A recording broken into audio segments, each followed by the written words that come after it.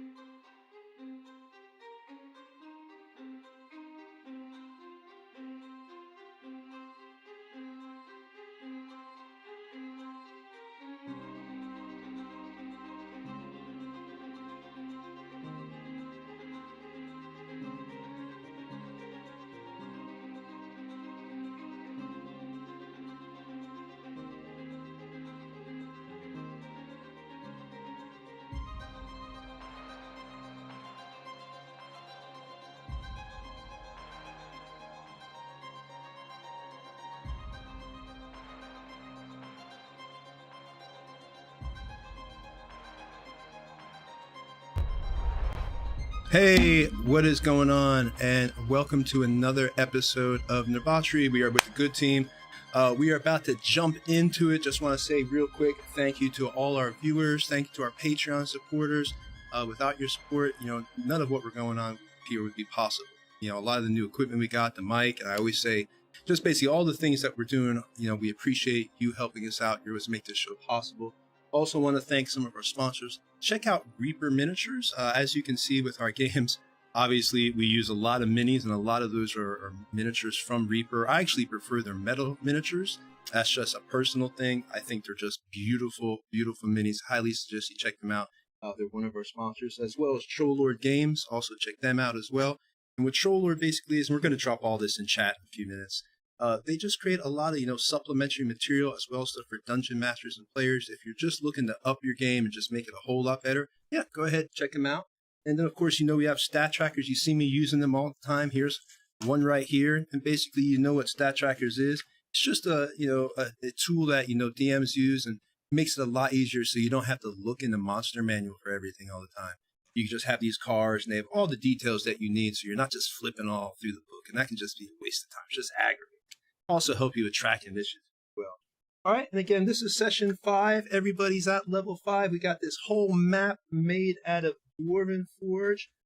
Don't forget to tune in next Friday at 6 p.m. is going to be the Evil Team, and you'll be seeing them continuing their journey through the Underdark.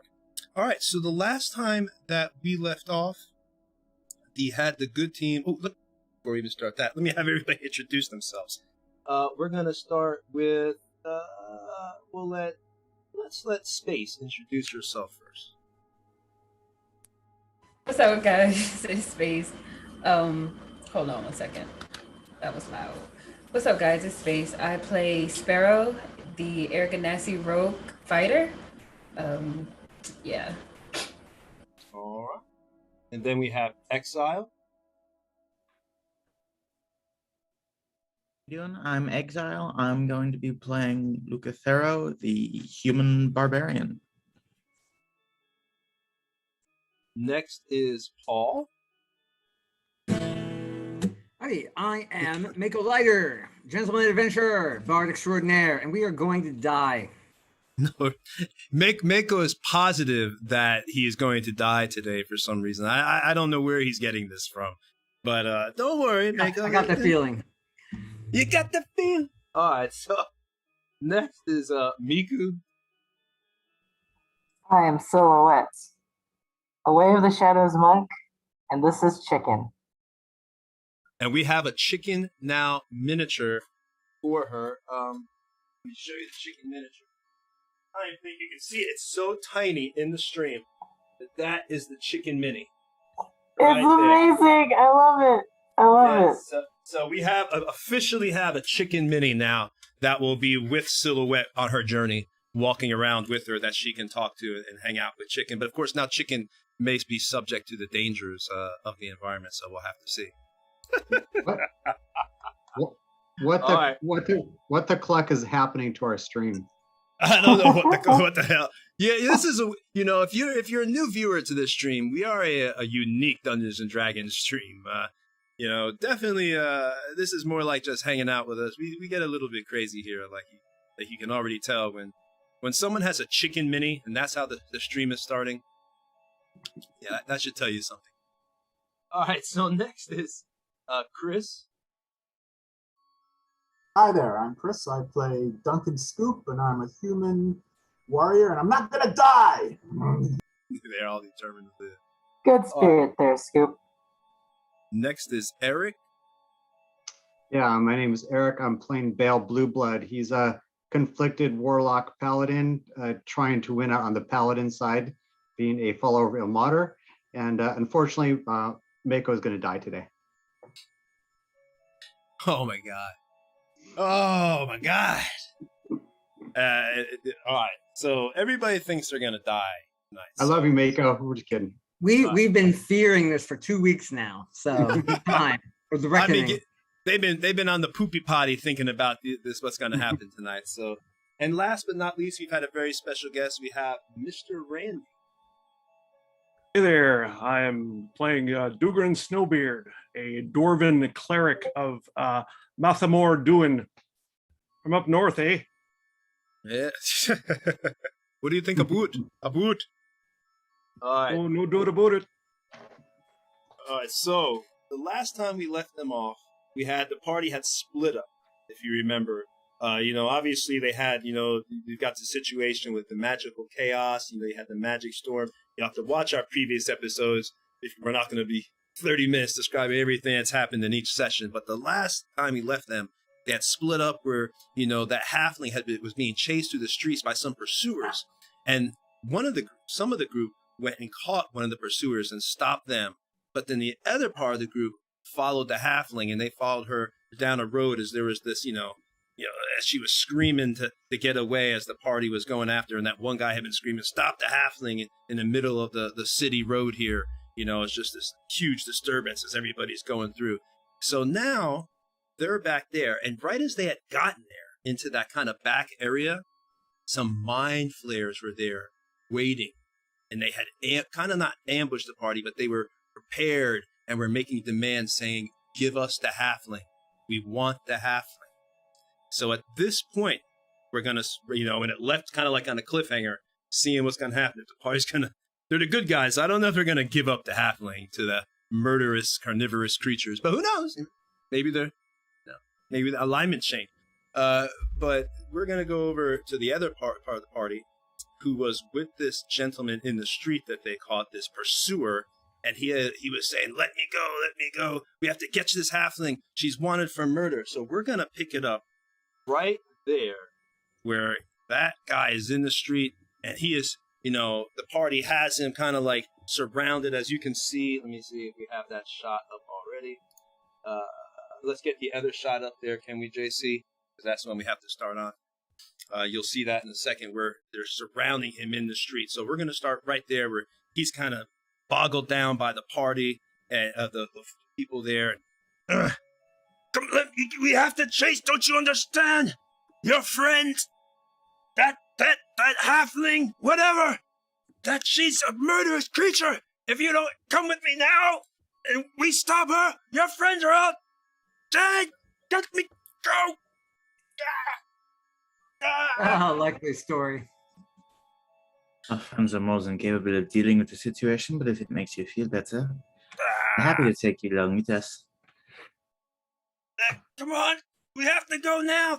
People are gathered around. They see kind of like you holding this guy down in the street. There's people talking with their kids. What's going on? Oh, mommy, what's that?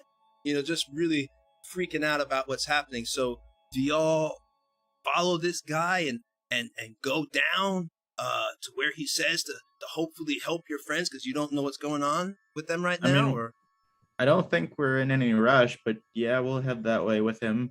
We can make our way that way. You make your way. All right.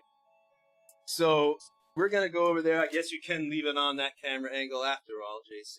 We're going to switch right back over there.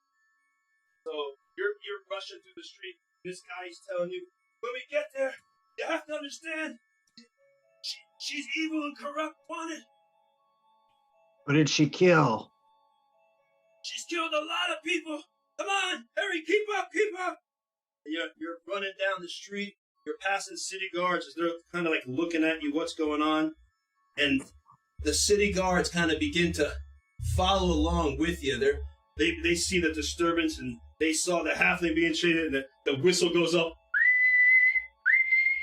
What's going on here? So there's a pack of guards now, all racing after, going down the street behind you all as you're chasing this guy to this spot.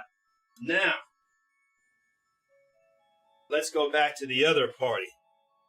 So, that party, y'all are on your way there. It's going to take you a few seconds or whatever to get there. So, now we're back in the other part.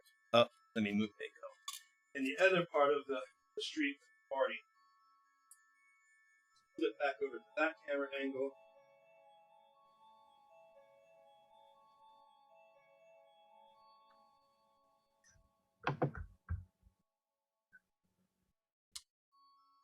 All right, so you've got now these mind flayers. They're up on top of the tower. You've got, this halfling is behind you. She's looking terrified. Please, help me, please. And she's right behind you, and there's this little pile of stone that you can see behind, and she's kind of like ducking behind that little pile of stone. And the mind flayers, you don't hear them because they're using their telepathy because you're within 120 feet. So you just hear this whispery voice in your mind. Give us the halfling. Save yourselves. This isn't your affair. Give us the halfling. Or die here. So, what do you want to do? The halfling is cowering. The mind flayers, they're up on top of the tower, as you can see. I don't know if you can see a little bit, that one there to the left, and y'all are down there in that kind of area between the house and Silhouette. As you can see, she is actually up right there in the tower with Chicken. If you can see, Chicken is right. Yeah, I see Silhouette up there. Yeah, With Silhouette Chicken. with chicken right next to the Silhouette. So, because Silhouette had passed her stealth checks and her acrobatics to get on top of the houses, and she had been going through the burnt out houses that were destroyed during or had been damaged during the magical storm. So she's hiding up there looking down, and they don't even notice Silhouette at this time. But again, they are seeing you down there, and they're giving you an ultimatum. So we're going to start with who is down there. We've got Sparrow, Duncan, and Silhouette. So we'll start with... There's a red and a green ranger supposed to be there too, right? What did you say? There's a person dressed in, that's what I have in my notes. There's a person dressed in green scale mail and another person dressed in yes. There are two fighters there as well. They're just kind of... Yeah, they're kind of more like around the corner. We don't have an angle on that. I think he's trying to get it. Oh, there it is. He's trying to get an angle on it so we can switch and then you can see the fighters. They're just a little bit below the tower. They're kind of like on the bottom level. You'll see them. They're on the street level, right? Kind of like in front of you across the street. They're just kind of just sitting there ready to go. They're not even saying anything. And this is the guy that's talking to us, right? The one on top of the building? Yep, that one mind flayer. He's holding he's dressed in, ornate robes. You can't see too much detail because again, he's, a good 40 feet up in the air on top of this tower. But, you can see that he's dressed in robes. He has a long staff that looks like a jewel of some kind on top of it. So you get the feeling that maybe that's the leader of the mind flayers. But, who knows? You can't really tell. But he is dressed a little bit, more innately than the others. I put my hand on the pommel of my sword. Wait, hold on. Wait. Scoop. We don't want to show any aggression. They might take that as a sign of, they want to fight, and we don't want to fight. I mean, we're outnumbered. No, we're outnumbered right now. I know. It seems that way, but come on. I mean, look at him. He's got an octopus on his head. So does that one and that one. Do you have any idea how unhygienic it is? Seafood is not haberdashery, sir. What is wrong with you? I'm not giving out this cute little adorable halfling. Look at this, she's so cute and adorable. The calamari local syndicate. Bugger that. All right. As you, right? Shit. All right.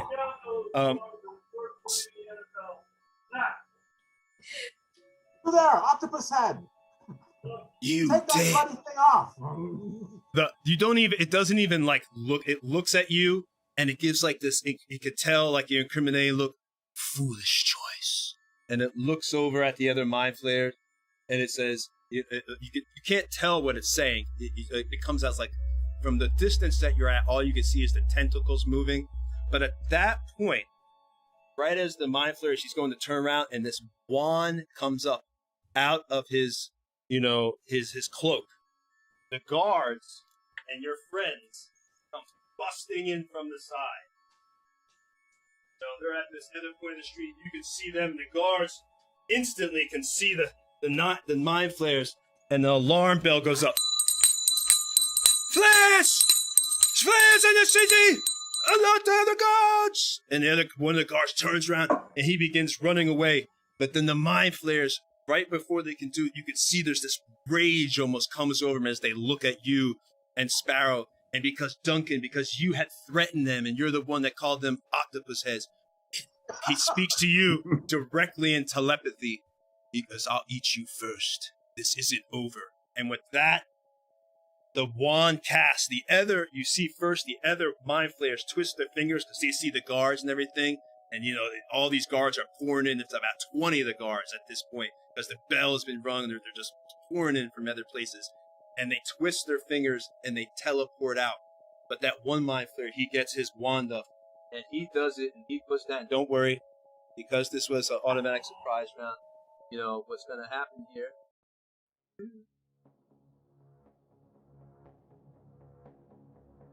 Whenever the DM says, don't worry, you should worry.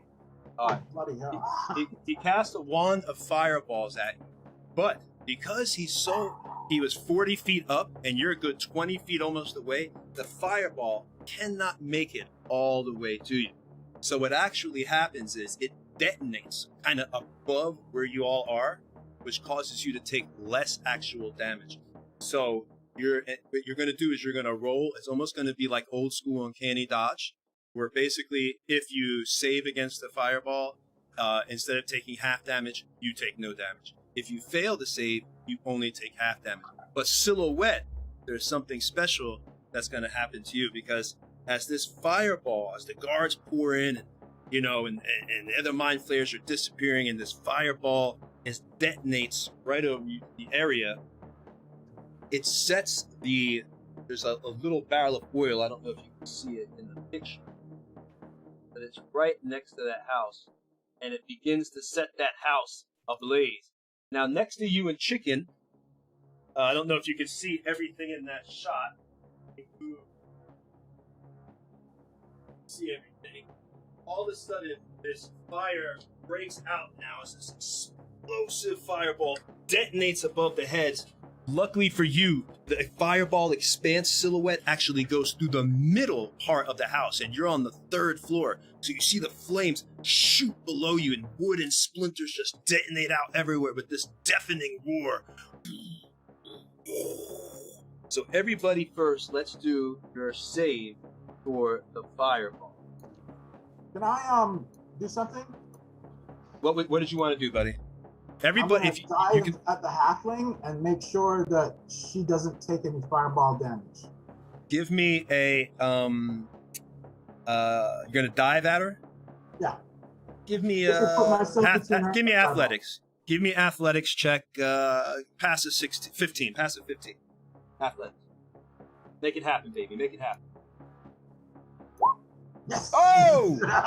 All right, All right, so you pass that, so no damage goes off on this halfling, so she doesn't have to worry about anything, but everybody else can roll.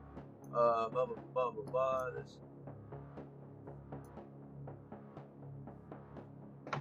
Is it a dex save? What'd you say? No, it's just a normal save from Fireball. I'm pulling it up right now. I believe Fireball is 8d6. That's a dex save. Yeah, dex save. I know it's dex, but I'm just trying to understand. I think it's 8d6. I'm not mistaken. Yeah, 8d6. All right, so we're going to do 8d6 damage. I think they need a DC, sir. DC, blah, blah, blah, blah, blah, blah. Sorry about that.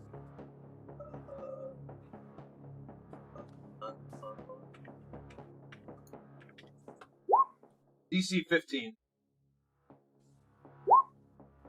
So let's see what happens. I'm just gonna roll here. 8d6.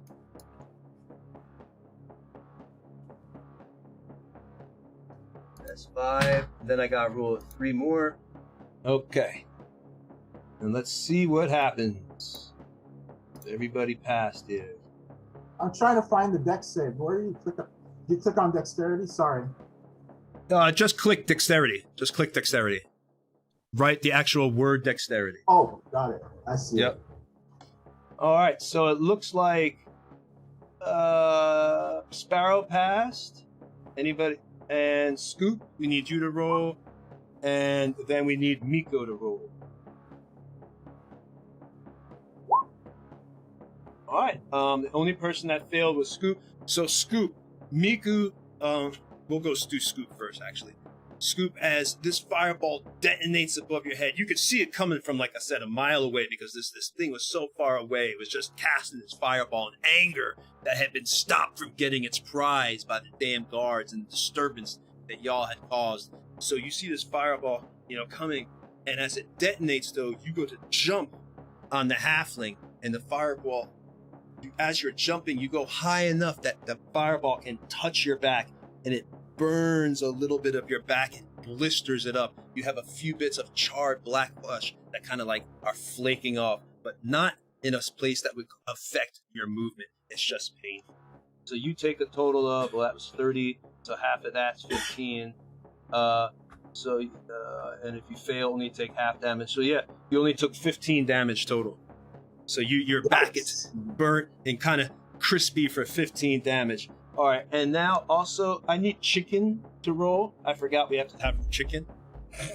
Roll a normal D20, but I'm gonna be nice. I'm gonna be fair. Chicken doesn't need to roll as high. Chicken, since it's such a dexterous bird, only has to beat a 10. Oh no! No! It was a natural one. No! Oh. You just got chicken. Oh, just got Silhouette is chicken. about to murder them all. Oh, that's so Sanders is sad. happy. Damn, Well, it's shit's gonna get personal now with these mind Well, flayers. uh, Shit's getting real now. All right. So, Miku, tell you what. Let's do. can I take the damage for chicken? I was just I will about do to that. ask that. Give me an acrobatics. Pass another dex for 15. If you pass that dex or an acrobatics for 15, give me acrobatics to jump on chicken in time. Then we're gonna have no damage for chicken. Hey, Dexter saving throw. Come on, acrobatics 15. Go ahead, roll it. Acrobatics, okay. What do you got? Oh, I can't see, so it's like a moment. Nice. Ah! All You right. saved your chicken. All right. So everybody, the other two people on the ground, you can see from your position up there, Miku. You see, Duncan diving kind of through the air and burns his back, and he lands on top of that halfling. Then, the other, you see Sparrow and just duck down. She quickly hits the ground and seems okay. But that fire spreads out from you, and you're able to dodge it as, again, everything splinters and explodes up. And you see the fire headed towards chicken. It begins, and, trying to flap to get away. And it looks like it's going to get burnt, but just in time, out of the frame of the picture comes Silhouette diving and swiping up chicken in her arm like this and grabbing chicken as the flame pushes back, and you get to a corner as the flame rushes over you, and both of you are safe. But now, Silhouette, since you're up there, you have to get down with chicken. And since you're holding chicken, now it's going to be at a disadvantage because you're holding chicken, trying as this bird is flipping out, as fire's going all around. So let me put the fire in there.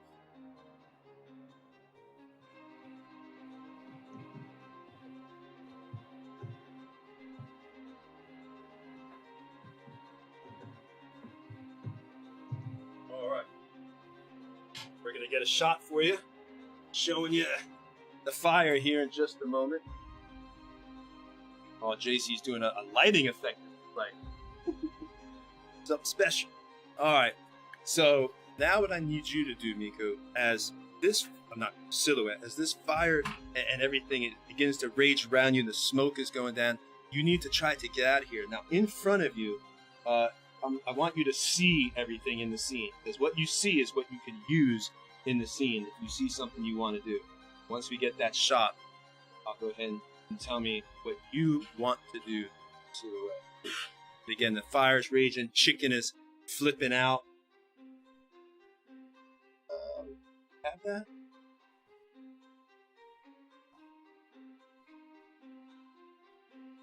All right, so give me we'll start already. Just give me an acrobatics roll to see if you can jump down to the next level. But let's see if you decide you want to do something. I'll just describe it. There's a next to you, besides chicken, there's also a barrel of it looks like water is in the barrel. It's like a big barrel of water. So, do you want to jump down? What would you like to do? Is there does this building open up to where everyone else is down there? I can't hear you that well, Silhouette. I'm sorry. Does the building open up where everyone else is? Like, can I jump out of the building? You're too high to jump out at this point. You'd have to get down at least 2 more levels to jump safely out without taking any serious damage. Well, I have slow fall, so I would just like to do it anyways. Okay, go for it then. If you got something that's going to prevent you, then you're going to be safe. Okay, so the fire is raging. The smoke is going. All right, go ahead. Do whatever you're going to do to roll. There's the fire. Yeah, so I am just going to jump out. Like just hold chicken really tight and just run forward and just jump out. And just wherever I land, I land. All right, so you run forward and jump out. I'm trying to think, is there anything you would need to roll? Let me see that ability. Doesn't require anything, does it? It's not like just a slow fall. I think feather fall or something.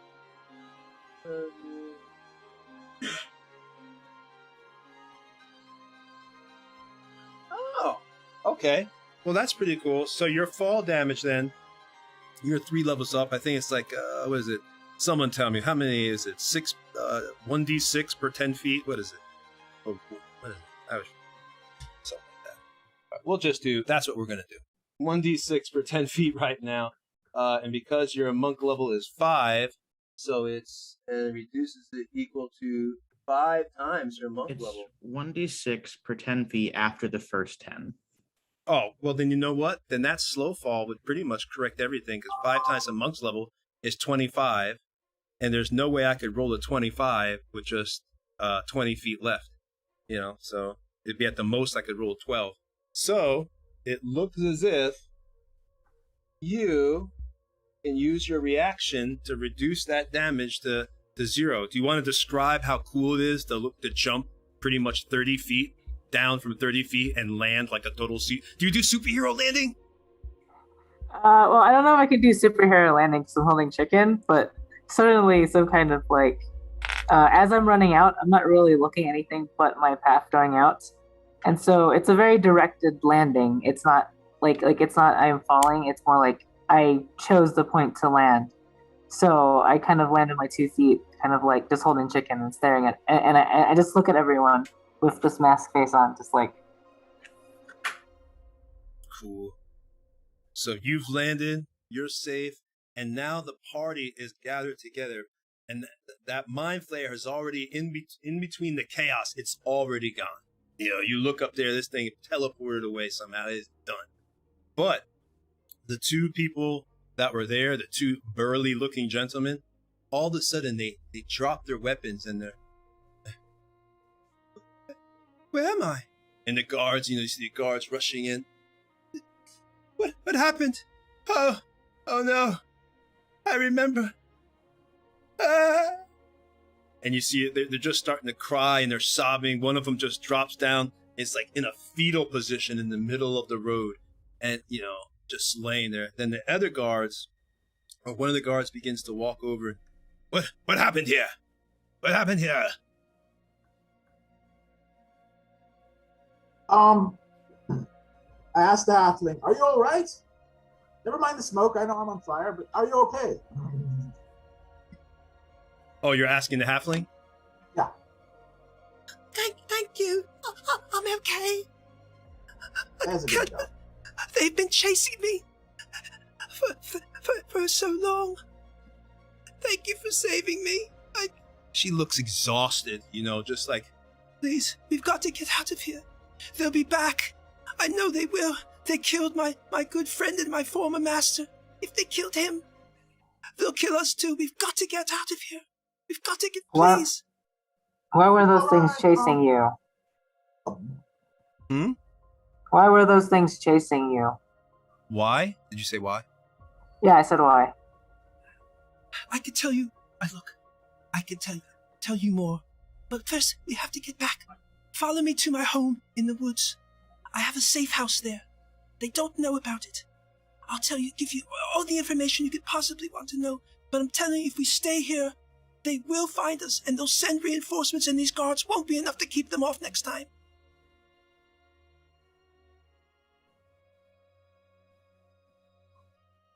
Well, I, for one, think we should follow her into the woods. Friend Mako, could I trouble you for a bit of your holy beneficence? Sorry, what was it again? Oh, you. I want to heal. Oh yeah, you do seem to be kind of on fire and bleeding a bit. Is anyone else hurt? I'm dropping and rolling at this point. If the fire's still going, otherwise I'll just stand there and smolder. Okay. I guess I'll cast a level 2 cure wounds on him. Should be what, 2d8 plus 4? That sounds good. Let's do that. So at this point, you also notice, again, the other guy that had come with you, he's dropped to the ground as well, and he's on his knees talking about, I helped them. I helped them feed my friends. I fed my friends to them. Everyone give me I guess it'd be an Arcana. Give me an Arcana. All right, Scoop, go ahead and take 12 points of healing. Actually, 8 plus 4 is 16 points of healing.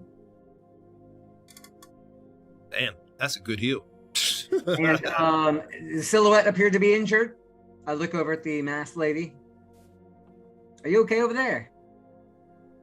I'm fine for now. Okay, well, if you need healing, just ask. I'm here for you.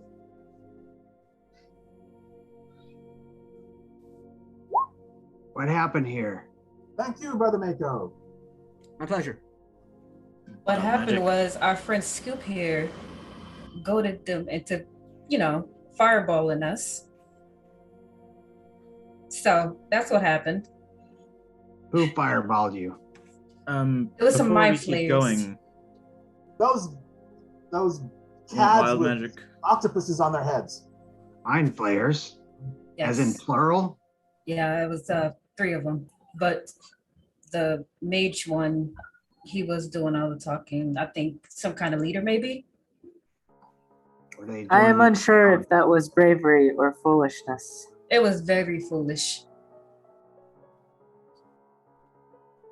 I'll turn to the guy that we ran with, who is obviously under some kind of charm. You talk.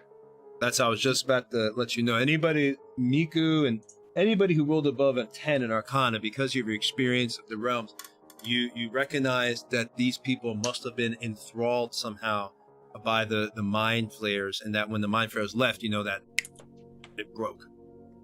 So you ask him, Bale, you go up to him and ask him to talk. Yeah. All right. I don't know. Last thing I remember, I was with my other band, my friend, and we had been hired to just clear out some local rat infestations from the farm. And we were out, and then I felt a whoosh go by my back, and my friend said, "What was that?" And then I remember dizziness, and after that oh God, I hope that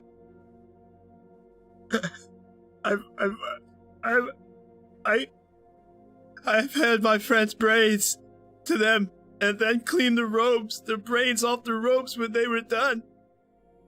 Oh God.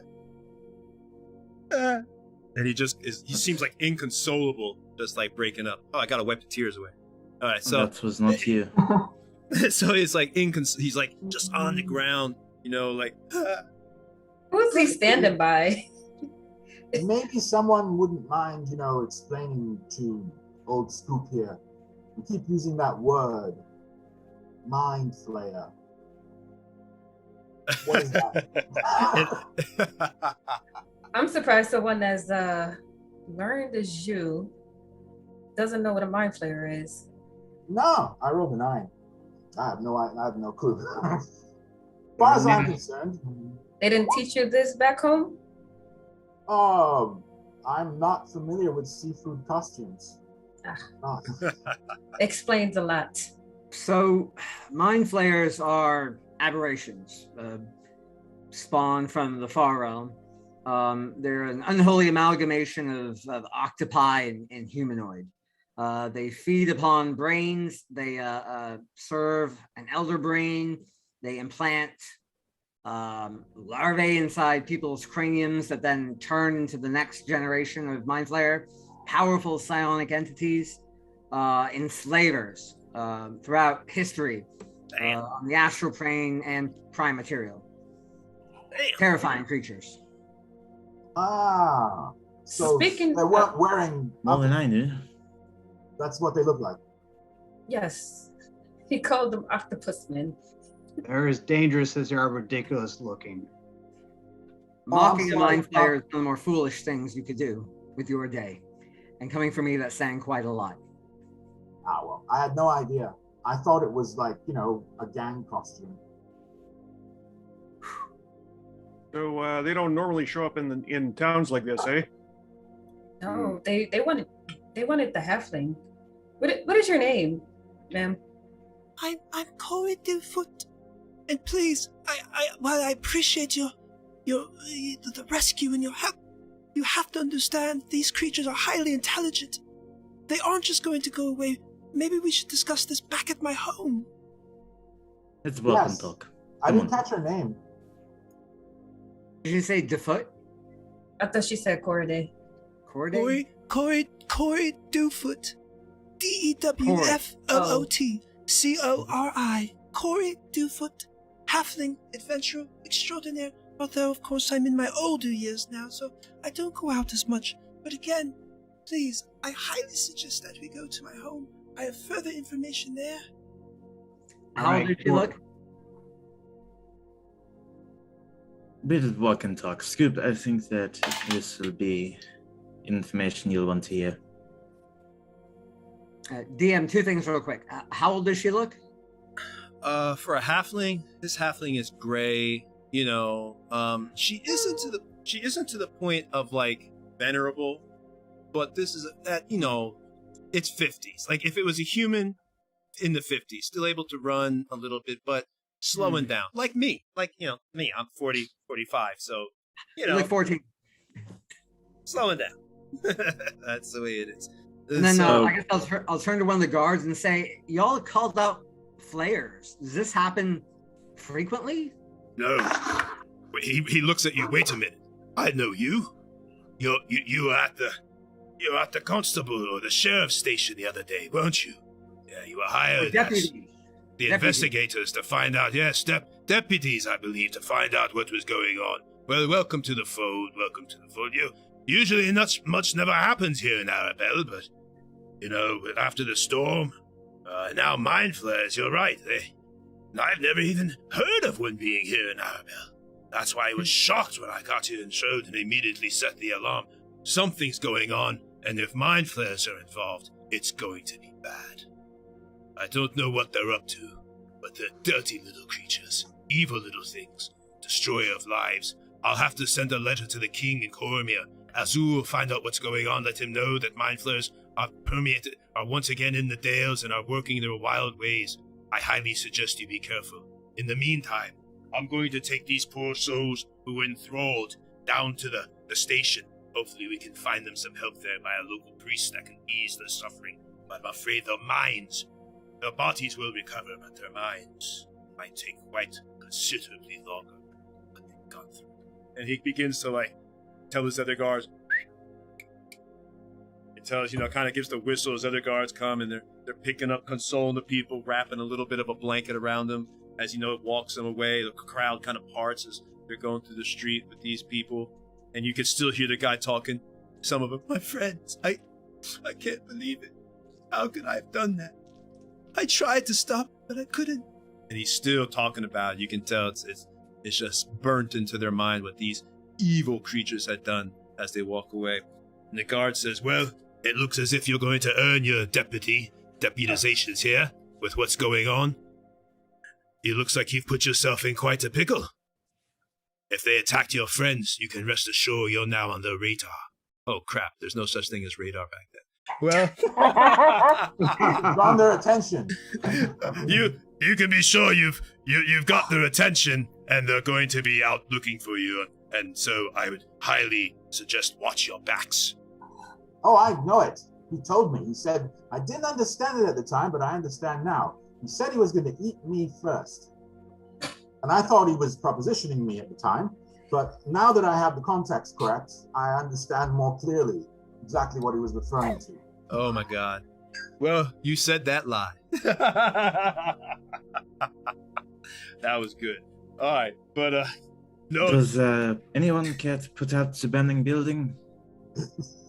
Oh, the fire is still kind of burning, but it's burning, teetering out at this time. Kind of you see it the fireball was a burst of flame, but it's slowly teetering out, a little bit of smoke and whiffing out. Corey, take us to your house. All right. So the guard tells you, like he wishes you good luck on your journeys. And like I said, watch your backs. And thank you for your help here in Arabelle. Before we go, oh yes. We're not all deputies, okay? I don't, I'll Excuse go with, I like the word enforcer, so a little bit more badass, Deputies just sound so goody two shoes.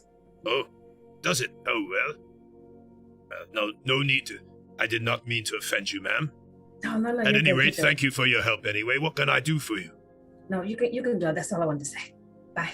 Oh, all right then. He kind of looks at you quizzically. All right, well, thank you for your help and your time.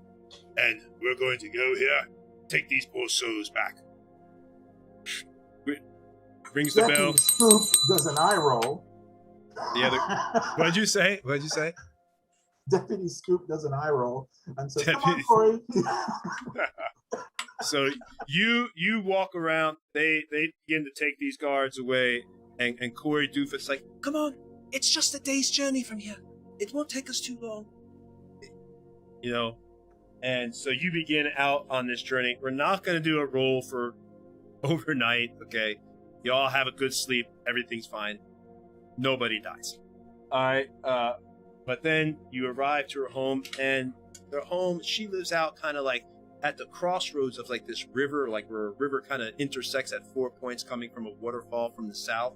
And there's a long, wooden bridge going over to her home. And it's like a small kind of homestead out there in the middle of the woods. She has, like, you can see as you walk up on it, it has some pigs, it has a few chickens, it has, you can see a few logs and a wheelbarrow. So it looks like she's, a nice little place that she's been living hidden way back here in the woods as you go across. So Tony, while we're traveling with her, can we go ahead and have conversations and try and tease out some of the information we're looking for? I'd like to do this. Absolutely. I highly suggest that. I'll be go ahead and do that. And may I recommend he's setting things up. May I recommend we take turns? Because I'm sure everybody has something they want to. Let's do that. Go for it, Mako. Yeah, go Mako. We'll start Mako first. All right, let's start off with a persuasion check to try and charm her and get her on the Mako train. Oh my God! She's crushing on you. She's crushing on. You played her a love song. So, gorgeous. What's bringing a hen like you to a place like this? Well, She kind of turns red. you're such an attractive bard. Well, And you get to. I have to be quite serious, though. Don't you just want to run your hands over that smooth head of his? Oh, I do. I've always had a thing for bald men. Oh, especially men who could sing. Oh my God, he's gorgeous. He's like if he sings as well as he looks, he must be a dreamboat. Oh. I'm just like, I'm sorry. I just wanted to say I'm in the back with like silhouette, and I'm just like, I can actually hear your eyes rolling. Yeah. If eye rolls could be audible, I'm definitely doing that. And they can. Huh. I think that Silhouette is not enjoying this either.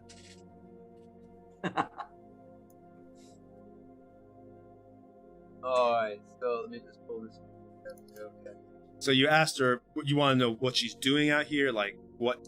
So what brings her to, what's the name of the town we were in again? Arabelle. Arabelle, that's right. What brings you to Arabelle? I was looking. I'm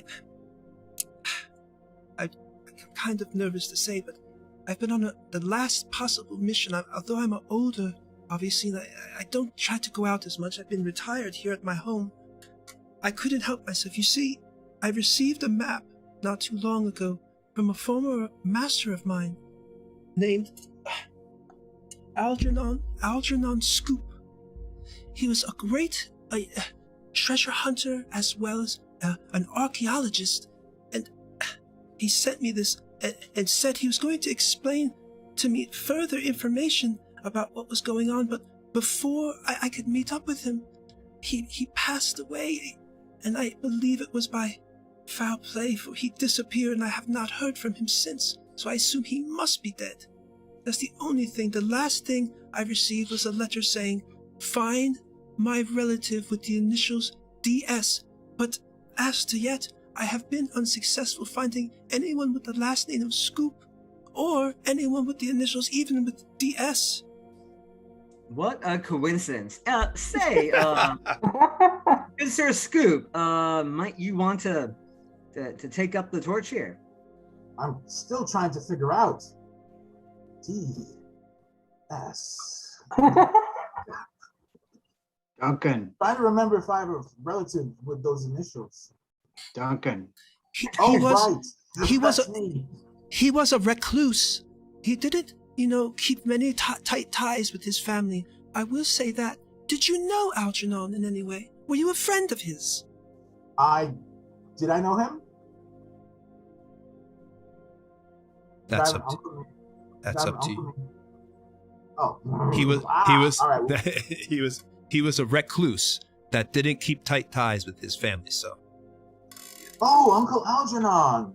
Yes. Oh, you remember him? Yes, he was Father's brother. He wasn't into the honey business. He really wanted to sort of do his own thing. It's what happens when you're like second or third in line. Father inherited, and he. He said he had left his home many years ago to study and explore, and that's when he had come upon, the evidence of a great tomb of a high priest of evil who contained a great treasure. He had hoped to leave it to one of his relatives, the only one that he had felt that he had actually really liked.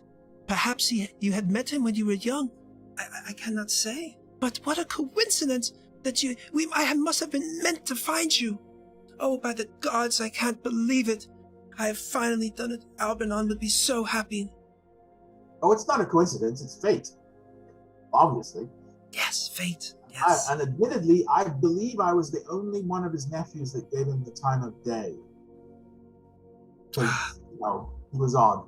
He had said there was one so nephew. Was I, so we got along, I guess. Duncan.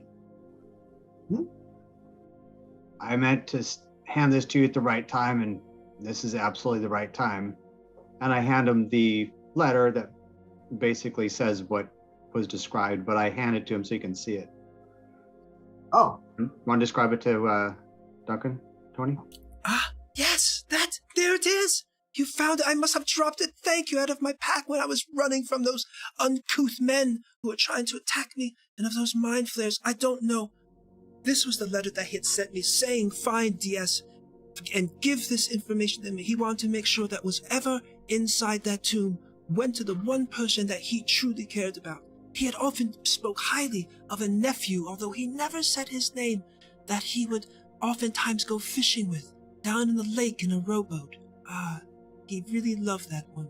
He said it was the only one that made him feel like family, even though he was such a little boy, no more than the age of 4 or 5 then. That rowboat ended up getting me in a bit of trouble later on, but I wasn't fishing. Oh, well, that's quite interesting. Anyway, another story, another time. Yes, yes. So he found the map to this place, and presumably those mind flayers want the map. Yes. Yes. Let me put you all on the map too here, because we have to put your characters on. Give me 1 second. Can you give me 1 second? Here. 1 second. That's a cool setup. Yeah, it is. It looks very what's the word? Pastoral and idyllic. I like the giant mushrooms too. You have a beautiful home out here. Thank you very much. As I said, this map was never been in there. Duncan was never actually able to go inside. And he never actually found the entrance. He said it was a hidden secret entrance, but he knew that he couldn't find it. He never apparently got it. I don't know what's in there, but you can guarantee that it's valuable. For why else would those mind flayers risk so much chasing me, trying to get it. I don't think they're done chasing you. I do know that it is the tomb of a high priestess of Set, and Set was an evil god of secrecy and greed. When you approach, I'll tell you what I do know. When you get close, you'll recognize the secret entrance by the and she goes kind of like, as she's saying this, she goes, hold on, let me look. She pulls out her book and she kind of like gets her little glasses on and she pulls out this dusty tome. Yes, here it is. Set. Yes. Set. You'll recognize him by the blue. Any representation of him would be a blue top with blue eyes, bluer than blue, and a blue headdress.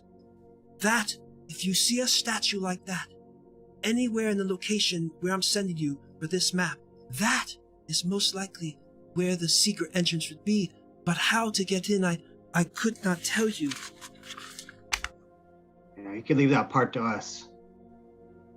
I will tell you that it's highly dangerous. I was told, the last thing I can remember that Algernon did mention was that this place is only for the sharpest of wit and the sharpest of blade. For the priesthood, for whoever is buried there, swore that no one would enter. That's all Algernon was able to find out. Corey, where's this map you speaking of? She goes over, hold on. And she looks at you. Normally I wouldn't trust people so quickly, but I get the sense that you're okay and I can trust you. Yeah, that's a bad choice. I get that you're... He's madly in love with our bard. Yes. She looks over at Mako. But I get the sense that you're okay. Can I...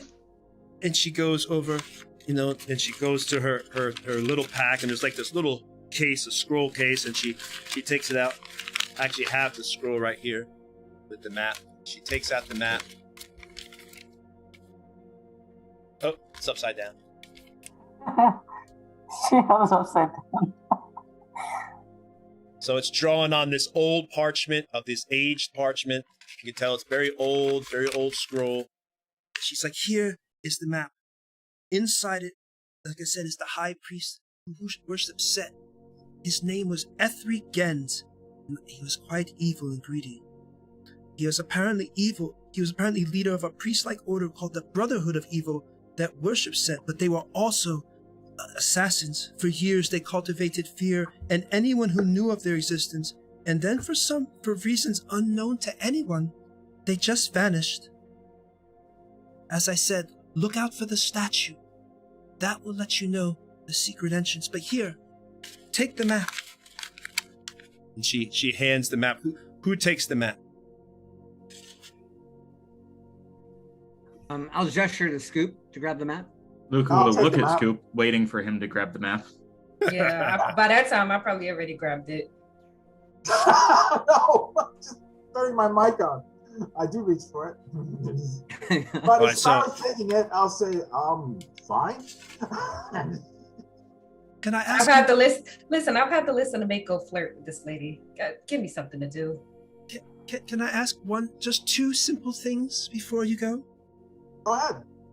First, I can't go with you. I'm just too old. Although I would, but my body is no longer good for adventuring. But I would ask that when you finish, could you possibly send me a letter letting me know of your exploits and that you succeeded in finding the legacy of Algernon, so I could put it in my book so I can make sure that he's remembered. I'll do one better. I'll come right back here and let you know what happened. Oh, well, thank you. And can I have one lock of the bard's hair? Oh, you're out of luck there. Unless you're looking for nose hair. Oh, wait, he has no hair. That's right. You have no hair. You have Yo, that's crazy. Like a thumbnail. All right. Well, rewind time then. Can I get one kiss from the bard? Absolutely. She Let's go performance. Yeah, Natural 20. Yes. Let me see how good it- I spin her over my hip her down, and passionately embrace her and give her the wildest kiss of her lifetime. Oh my god! I show her Yondola. She What a swoons. She scenario. swoons.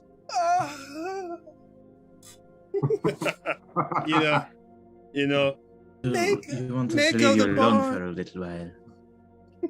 Mako the bard. Will never be forgotten. It is rather romantic in a, Captain Picard kind of way.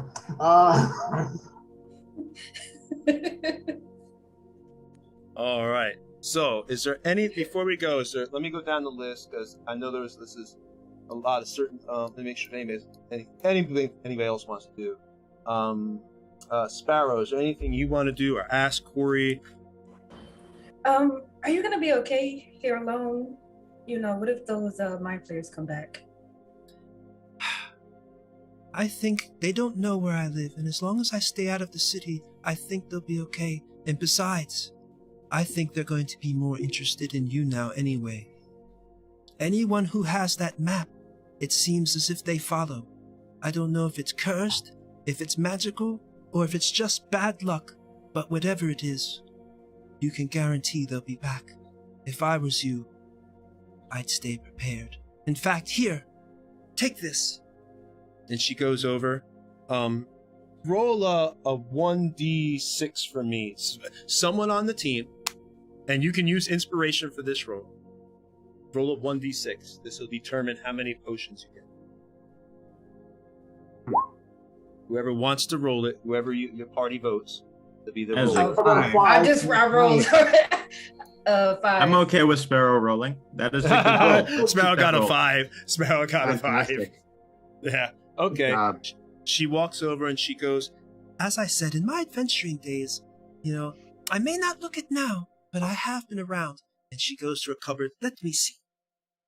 And there's clinking of glasses as she's pushing. Oh, there they are. And she clears it aside, and she quickly takes a swig of some drink and puts it down, but then grabs these potions and she comes out. This should help you. I don't know what's in that tomb, but I have a bad feeling. So here, each one of these will remove a curse. And you get 5 potions of remove curse. Thank you. You're welcome. You're welcome. So in case one of us How turns do you into a crystal balls, scorpion too? again, we should be good. Hmm? I said in case one of us turns into a scorpion again, we should be good. Yeah. A scorpion?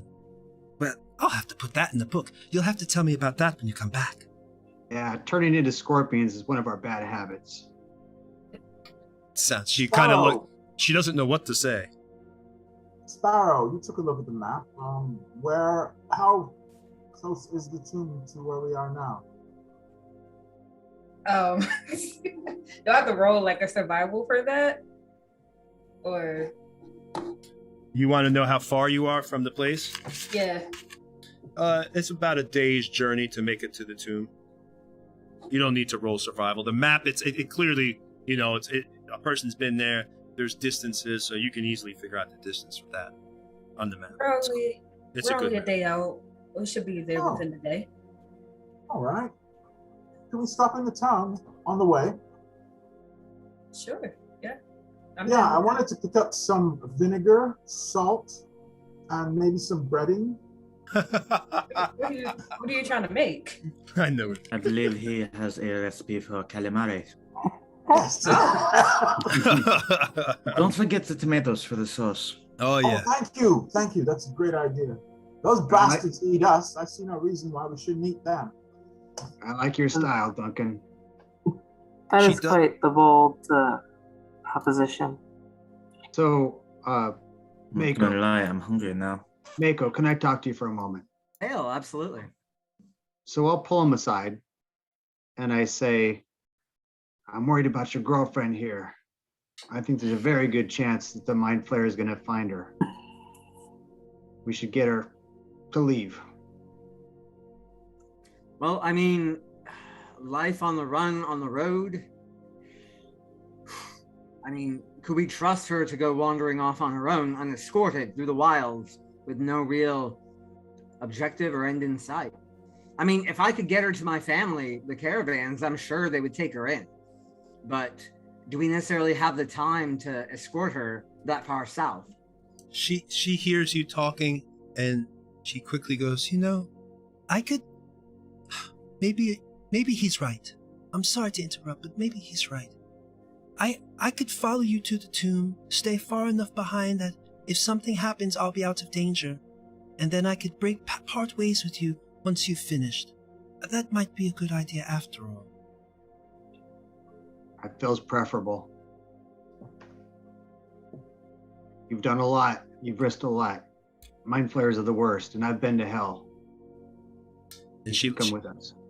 Please also be aware that the mushrooms you see are highly poisonous and could cause a person to have a retching sickness and heave for a few minutes, so be careful not to hit them, or they'll release their spores. Can we pick them up? You pick one up? No, I'm asking. Did you what? I'm asking, can we pick them up? I would be very careful. You can pick them up. Make sure you be very careful when you do it. I would highly suggest you be a person that is experienced with that type of fungi and collection of it. You wouldn't want to grab it the wrong way and get yourself sick. Which Having some translates... kind of... Having that seems useful. Anybody know how to... Oh, I could probably do that for you there if you really want one. I'm a cleric of nature after all. It would be useful, I think. Oh yeah. Roll me a nature check. I know, Durgan, just from looking at you, you seem like a fun guy. All right. That was for Bale. I also have Druidcraft. Like I said, I like your style. You can sing for him, can't you? Do your thing. Durgan, that is enough that you're able to collect some of the spores from the mushrooms, or you're able to pick up a mushroom cap itself carefully and put it into a small pouch. Okay. Here you go. You be careful with that now. It won't kill you, but it will cause you to retch for, in game terms, the best way to think of it, you'd have to pass a constitution save, or you're gonna basically lose your turn from throwing up the next round from throwing up in game terms. I'll keep it carefully and in my pouch. We should move. Yeah, let's go to town. You want to go to town, Scoop, right? No, I think we're going straight for the location, right? I still have these. Anybody want one of these potions? I'll take one. This is potion of remove curse, she said. So, Bell, Scoop. Anybody else? No? Okay. Luca, Luca, I think you should take one, just in case, It's fine. I figure if we encounter them, then hopefully they'll be preserved enough for a day so we can make it back to town and cook them up. We don't have to stop in town. We should probably make haste, if you want my opinion anyway, to get to the tomb. I mean, I'm thinking they're tracking that scroll. Oh yeah, she did say that. So here you go. You can take the map now. I don't want it. Have you memorized it? Of course. Or could we just make a copy of it and burn the original? That's what I'm thinking. Unless there's some sort of magical property of the paper. I tell you what, I'll cast ritual version of detect magic and see if there are any magical auras on it. Everyone, you might want to step back. Here I go again. I step back. Yeah, I step back too. I also step back. I'm gonna tie a rope to Mako's leg and then step back in case he floats off again. Hair back. There's nothing. Get the canvas ready. 13 wild magic. This time, it's kind of weird. You notice that there's this that the wild magic normally would occur, but it seems to have like a weakening effect for some reason, and no wild magic surge. Maybe it's weakening after the storm or something, You really don't know. But there's no wild magic surge. Your spell goes off this time. This time. You still feel there's wild magic there, so it might ebb and flow. You don't know. But this time, Maybe it's focused in the spell. What? What'd you say? Maybe it's just focused in Arabelle. When it gets weaker as you get further away. Oh well, we don't know. Hey, We'll have. Hey, good news, Dale. The wild magic is gone. Well, it's not. I didn't say gone. Completely gone. I didn't say Never gone. returned. Didn't say Well, gone. you've had mostly good luck, and he looks down at his head. He Mostly. says, "That's good to hear. Very good to hear." Any magical auras present in the area, either on the map or in her house or on the halfling herself? Yeah. Real quick. The map kind of lets off like a slight glow, like a slight aura. Okay. School of Magic. Divination. All right, guys. There's a slight divination aura on this thing. Knowledge Arcana to know if that's some sort of like tracking beacon, or if it has some sort of Arcana. Roll it. I'll give him advantage because I have good Arcana. He already has it. He's got double inspiration for chopping his hair. Yeah. 19. Right. You. It seems to be out of your range of power. Whatever the demeanor is, it's very powerful, and you can't. You know it's that divination, but you can't tell what it is. So either this will let the mind flayers come right to us, or it's a tool that we're going to need to enter the temple properly. Yeah, that's a slippery slope. I don't think we can really risk destroying it. Yeah, No, I would agree. Be happy to hold on to it. My uncle made that, and the mind flayers have never touched it. So if there's a spell on it, that means Uncle Algernon put it on there. Is my guess. All right, we don't burn it. Do we want to put it to a vote? Well, if his uncle made it and put a spell on it, then it must be for a reason. Maybe if this map is put into the wrong hands, it does something. We won't know until we get there. Maybe it glows under moonlight or something, eh? Maybe. Or we destroy the map and forget the tomb and go about our merry lives. Oh, I'm afraid I won't have that option. It's family, you know. Yeah, I would disagree, but I think there was a bit of a sarcasm in that phrase. I think so too. I don't think Mako would pass this up.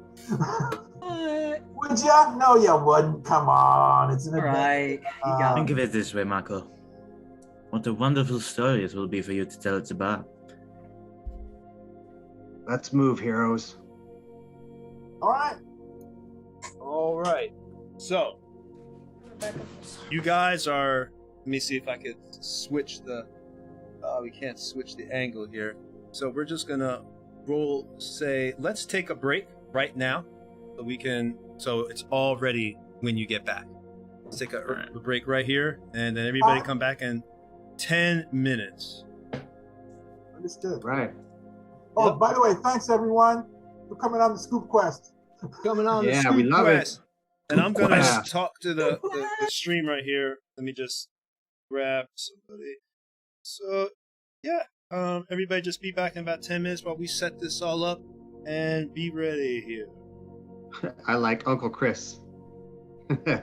Let me tell you a few things for the people that are watching. Thank you for tuning in. Again, thank you to our Patreon supporters. Let me drop a few things in here. You know, I got to do the social media stuff and all that, so let me do that real quick for you. Yeah, these are... So we want to say thank you to our sponsors. You know, again, Reaper Miniatures, Troll Lord Games, Stat Trackers.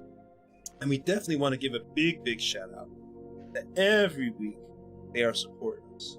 And I make sure I mention them big here, is D&D Creative Table Designs. We have a good friend, Todd Putman, and what he did is he started a page about 2 years ago, and it's awesome. Basically what it is if you like what you're watching here, all this Dwarven Forge stuff, or maybe you're looking at getting into terrain, go ahead and check out their page. Let me put it in there right now.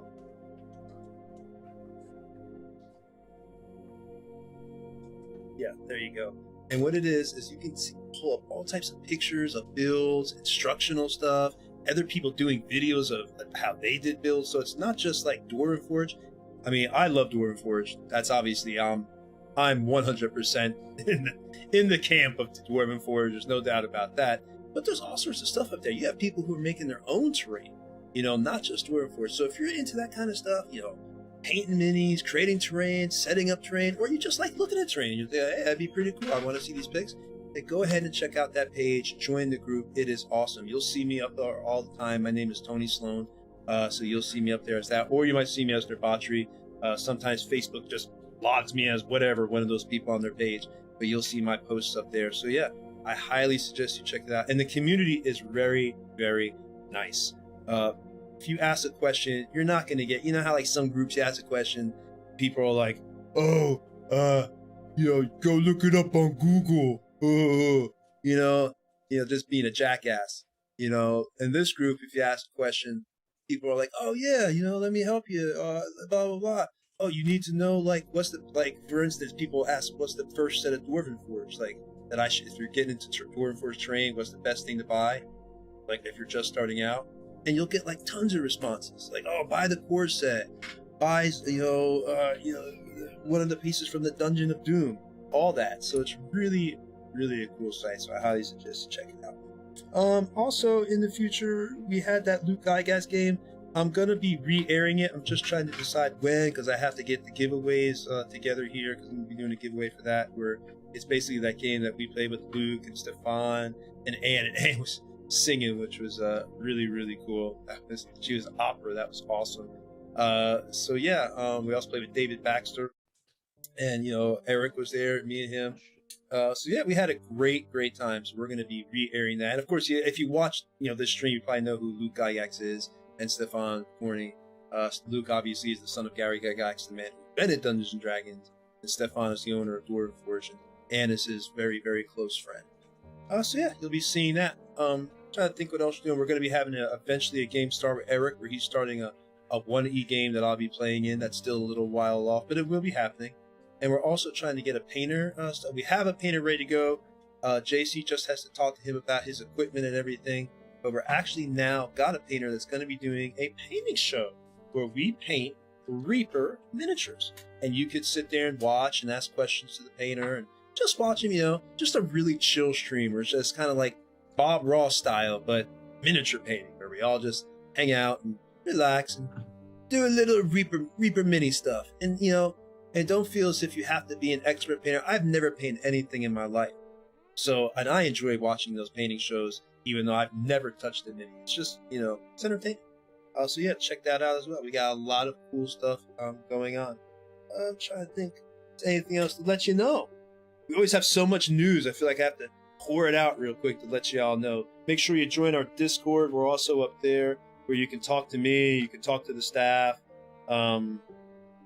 You can see us up there, stream announcements, everything that's going on, on the good and the evil side, just general stuff that we're doing.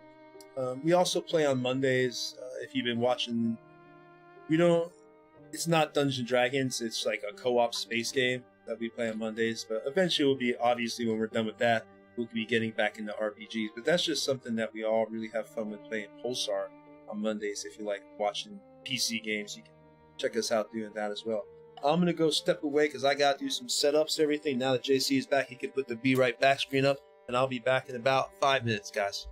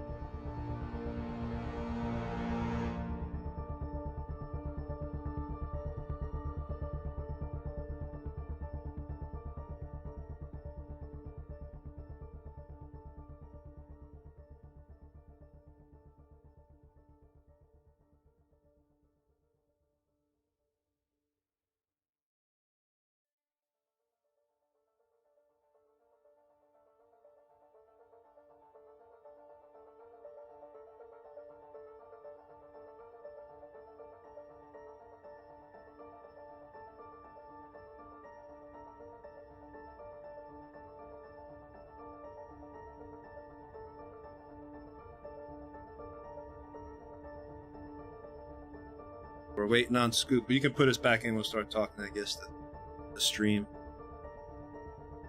Oh, there goes Chris. Oh, Luca? Okay, I thought it was... Well, whoever's not back, we're just waiting on them stream. As soon as they get back, we'll go ahead and we'll start right up here and see what happens. Ah, okay. Ah. All right, well, if everybody's here, we'll get started. Real quick, what walking order do you want to go if you're in the woods? Who's behind who?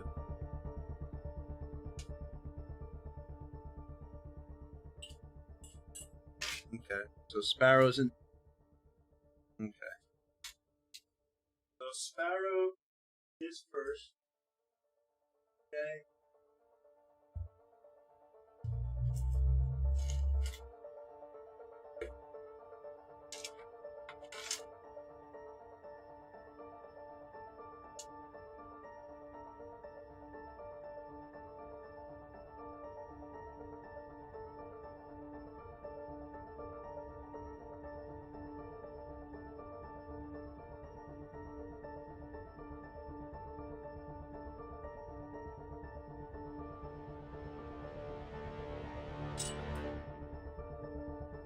Okay.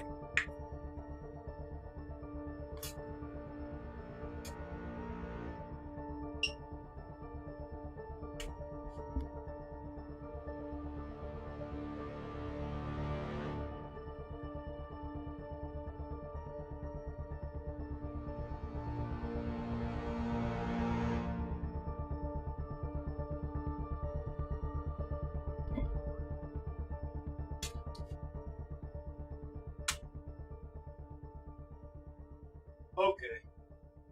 All right, so Sparrow, who's in the lead? That's awesome. Sparrow's in the lead? Okay, and then behind Sparrow is Bale, and then behind Bale is, who's behind Bale? Luca. Okay. And then who's behind Luca?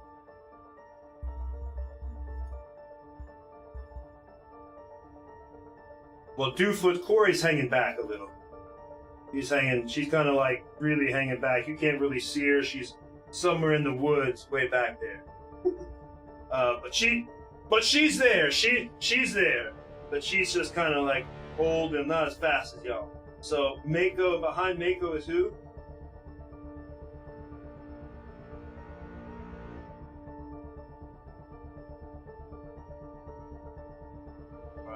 So that means the only other person left would be Silhouette. So Silhouette, I guess, is behind. No. We also got Duncan. Duncan, where are you at? Okay, so you would be behind. Okay, and you're in front. And okay, Silhouette's behind Duncan, and Randy is right there. Okay, so we got the walking order. All right. And I'll put Chicken right next to Silhouette. There's Chicken. Okay.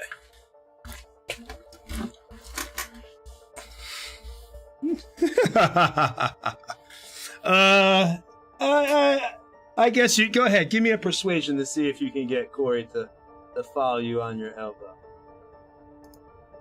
Damn, that's one persuasive bard, yo. All right, so Corey kind of comes out and. She's kind of following you on your elbow a little bit right here. All right, so y'all kind of... All right, so you're going... You what? Oh, you're so handsome for such a young man. And she just listens enthralled by your wonderful tales as y'all are walking through the woods. And, you're going through the woods and everything, and you come across, it's a beautiful day, obviously. If your birds are out, nice, the wind is blowing, and you see the mushrooms and everything growing around this area as you get to like this spot where, again, four of the rivers are intersecting again. It's like a very kind of archaeological, whatever the hell the word is, area. So you have this long bridge. Yeah, whatever the word is, I ain't saying it. So you get to this bridge, and you see this bridge is going across this kind of like this water. It doesn't look super deep. It looks deep enough, and it's going across, and it's a long bridge. It looks to be probably about 50, 60 feet long, going all the way across this ravine. How do y'all want to go on this bridge? Are we keeping the order that we're having it now? Is everybody walking across at the same time? What are we doing?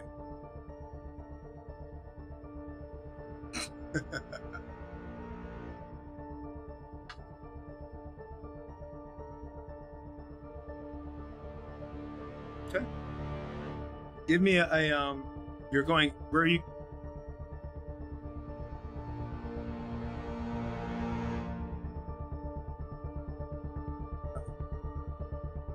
Stealth with chick. Okay. Go ahead and roll your stealth.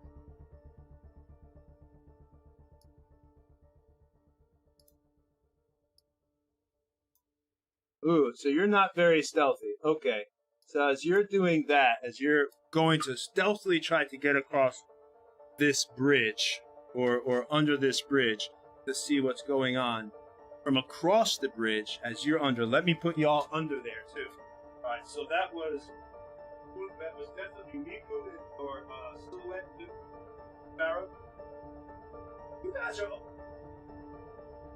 boy, the three girls are always getting in trouble, man. Always getting in trouble. And you're with chicken. Damn. And you brought chicken with you. All right, did y'all go into the water to look underneath the bridge, or are you just kind of like on the banks? Okay, so Luca's in the water, trying to look under the bridge. Okay. And you're on the bank. Which side? Right or left of the bank? Or right or left of the bridge? Okay. Okay, so you're on the bank right here. Actually, no, I'll just put you the bank on this side because then we're in front of the camera. It's much easier to see. All right, so here we go. You're on the bank on here, kind of behind this rocky area. And where is Silhouette?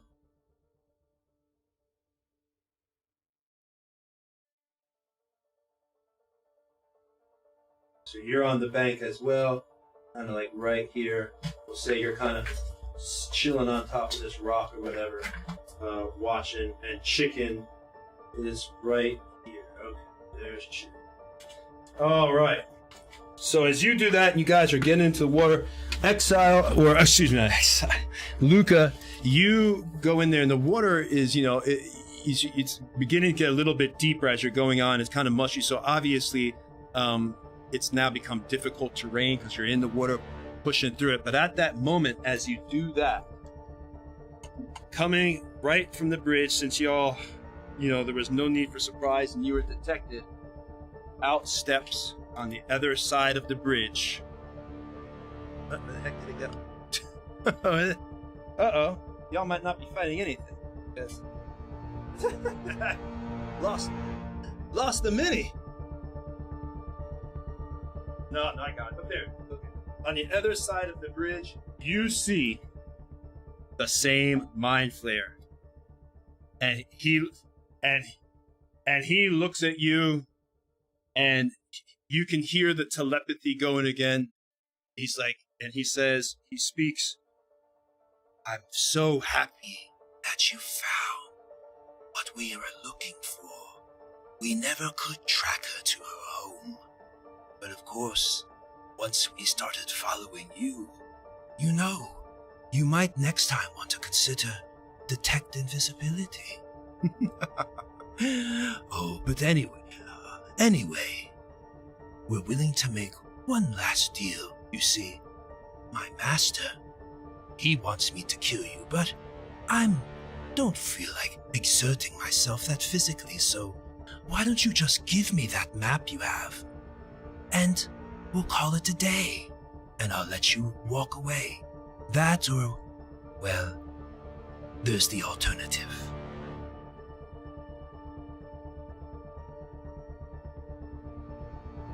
I'd say, what do you mean, like off the ground? I'd say the bridge is a good 10 feet off the ground. 10, 15 feet. You know, average bridge height, you know, going across like a river or something. Whatever, I don't know how. Not like super tall, but, you know, tall enough. All right. So,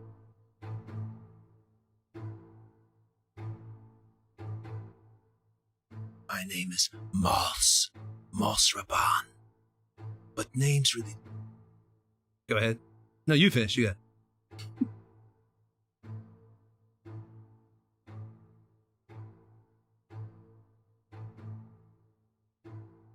Oh, you could see his tentacles kind of like twitch and everything. And he's like, Well, if it had to be the hard way, I've never been one who liked to engage directly. and at that moment, as he says that, So, I've had a few friends that were here to help. and as he says that in front of poor Luca and on the other side of the bridge. What? You have a target. What? Poor Luca. Yeah. Well, in front of poor Luca and on the other side of the bridge.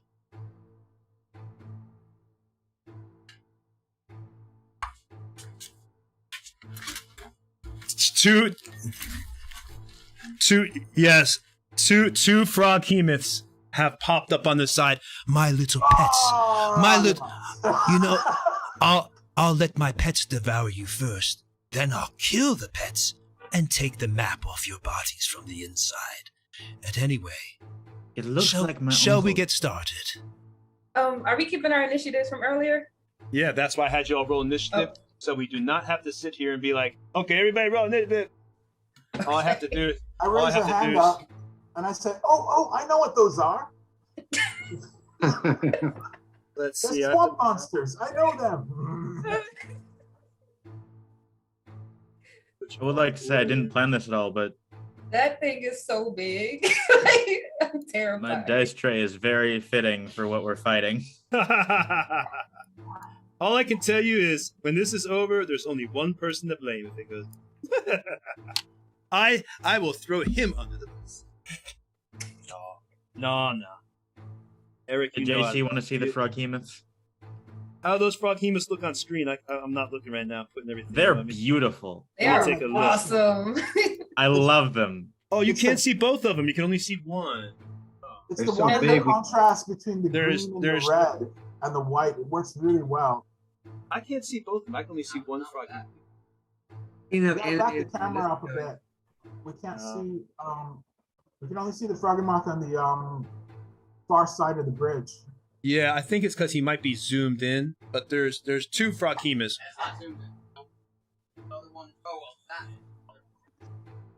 The one isn't in frame, but there's one. The one next to Luca is the one we want to be able to see.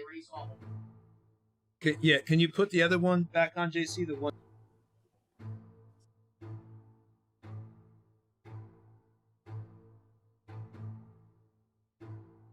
And what to do with focus. Anyway, so you see these now, the froghemoths. So let's get started here.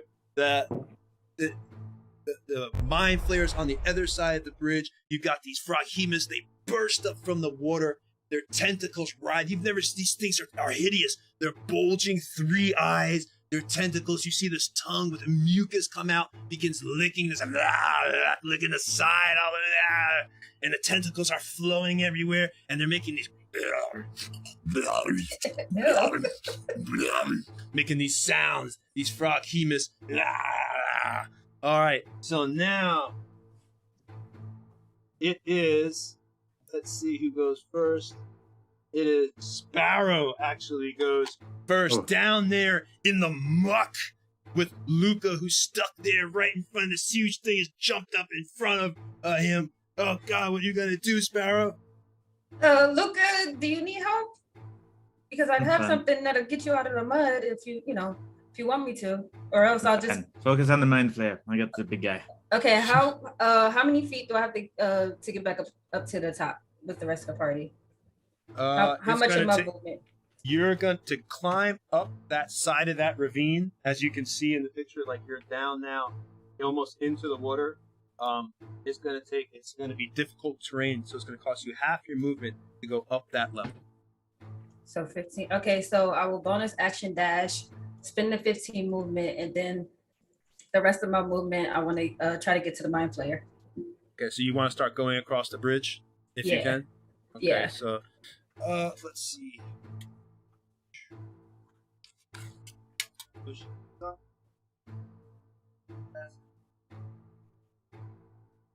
What's your movement rate for your dash? You got 120. No, 60. It's 60 feet. And since I'm pretty sure I'm not gonna be close enough to hit him. I will use my action to dodge. You're not there to hit him right there on the bridge about. Okay. So I'm gonna use my action to dodge, and then that's gonna be the end of my turn. Okay, so you're in dodge. Your AC's improved up there. Now it is Luca's turn. What are you gonna do? As you, Luca, is in front of you is this thing with the tongue writhing out. You see its razor sharp teeth. It's looking you. Its tentacles. Oh man, bad day for you.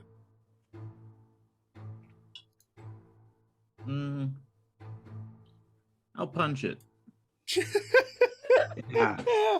You're kidding, right? You're kidding. You're not trying to do unarmed damage to the frog heap. I know you're kidding. You must be kidding. No, I have good unarmed strike. That will be a Do it then, I guess. 12 to hit for the. Well, that wouldn't hit anyway. That misses the frog heap. Unfortunately, you see this huge, incredibly powerful monster in front of you that obviously is dangerous beyond anything, and instead of using your pointy object, I don't have pointy objects. I have a warhammer. Okay, well, instead of smashing it, you decide to go all St. Patty's Day on it and punch it. St. Patty's Irish. The drinking and punching. All right, but unfortunately, your swing goes wide. The frog hemoth pulls its tongue back and dodges your attack, your strike. All right, so now it is the Mind Flayer's turn. All right, so this Mind Flayer, what it does is it sees Sparrow coming across. Let's see if I can actually get that. Hold on, I don't even know if I can. Get my template things here. I'm so happy. Oh, this is another thing purchased by our supporters. These spell templates that I'm able to put down. So thank you, supporters. And let's see if this Mind Flayer will actually be able to get Sparrow. Okay, so the Mind Flayer moves up onto the bridge just a little bit, and then the only person it's going to get, wait, it can also get, you know what, no. I know what I'm going to do, I'm going to be smart. Mind Flayer is going to levitate. So Mind Flayer decides to go ahead and take his turn, and he is going to levitate into the air, and that takes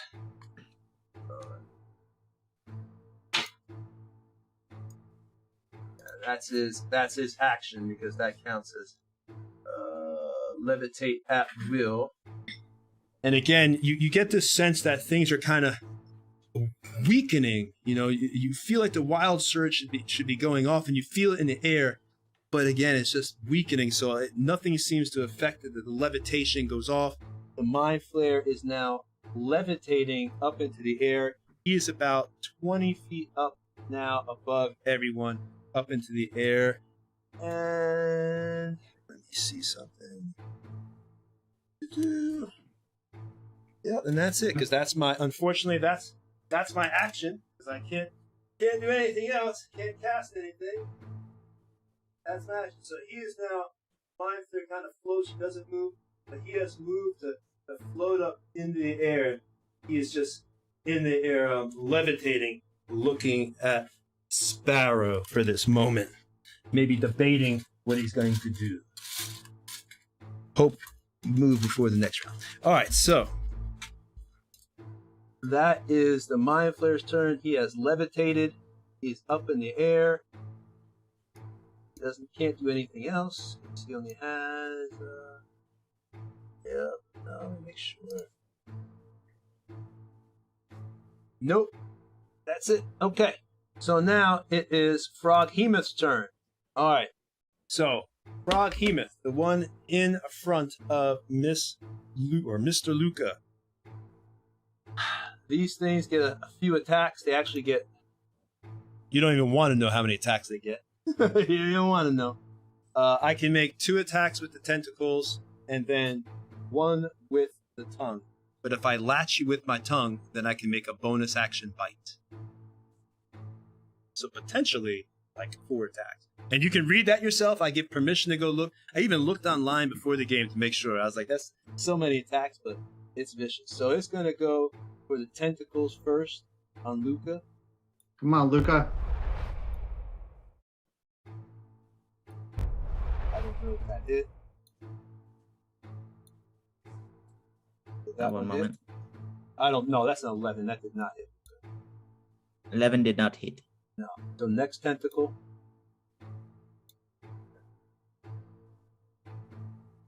Ooh, another 11. You're lucky. Oh. Yeah, you rolled 2 ones just now, Tony. Oh my God. Keep it up. That's a bad sign, though. That's Keep it up. not good. Because Sparrow or Space just laughed because she remembers. She remembers. You get all those low rolls. It's coming back. Okay. Well, it's gonna try its tongue now. The Froghemoth targets one medium or small creature I can see within 20 feet. So it goes right now to try to tongue you up. I need you to do a DC 18 strength saving throw. Strength save. Yep, strength save. Okay. Come on. Damn, you've rolled. You're getting lucky so far. At a 19. Woo! Nice. Oh my God! All right, so you just passed that. So the tongue comes out trying to grab Luca. It lashes with the tentacles. First tentacle goes wide. Tentacle just goes over the head. Now the bite goes. You see its maw open up, and this mucusy dripping with green vile mucus comes out and tries to go straight at you. And you literally take your fist, since you had tried to punch it, and punch the tongue away, and it snaps back into the tongue of the Froghemoth. And that is all the Froghemoths. I cannot believe you did not get hit by that Froghemoth. That is a effing miracle. Okay. Epic.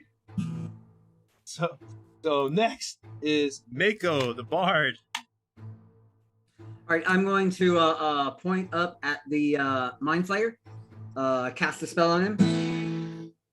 Give me a dexterity saving throw as fairy fire rolls over his body. Okay. Dex saving throw, fairy fire. And like I said, you feel the same result now with the it's just weakening, and you just don't. It doesn't seem to be surging right now. Dex save. So they get advantage on saving throw versus spells, I believe. Yeah, I saw that magic resistance. So I'm gonna roll another one. Thank you for pointing out, though. I wasn't gonna do it. I just literally, as you were saying it, I was reading it. All right. So let's see. Did he pass? Yeah, I passed. Okay.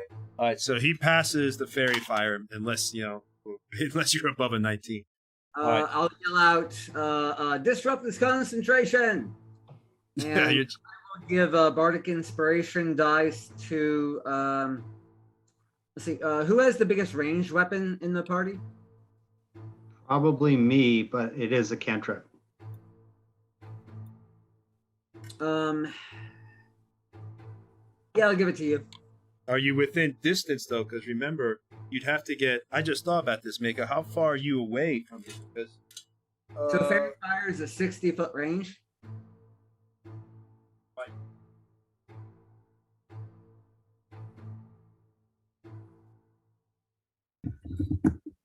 Yeah, you have to get right near Sparrow, right almost on the bridge. So you have to move up. I'll move you up just a little. You don't have to move up very far to do it. But there you go. Now you could have got him with fairy fire. Now there you go. Because the bridge is so large that I could cast fire, just to show you how large this bridge is. Look, that's the spell template for Fireball. It will take up the entire bridge. Oh, So shit. Yeah, so it's a 60-foot long bridge right there. That tells you. I mean, the thing is huge. At any rate, so yeah, you cast your fairy fire. Unfortunately, it does not go off. And next, I'll give a bardic inspiration die to Bale Blueblood. I'll say, bring him down. You've got it. All right, and now I give one of my inspiration as well. Now it is Duncan's turn.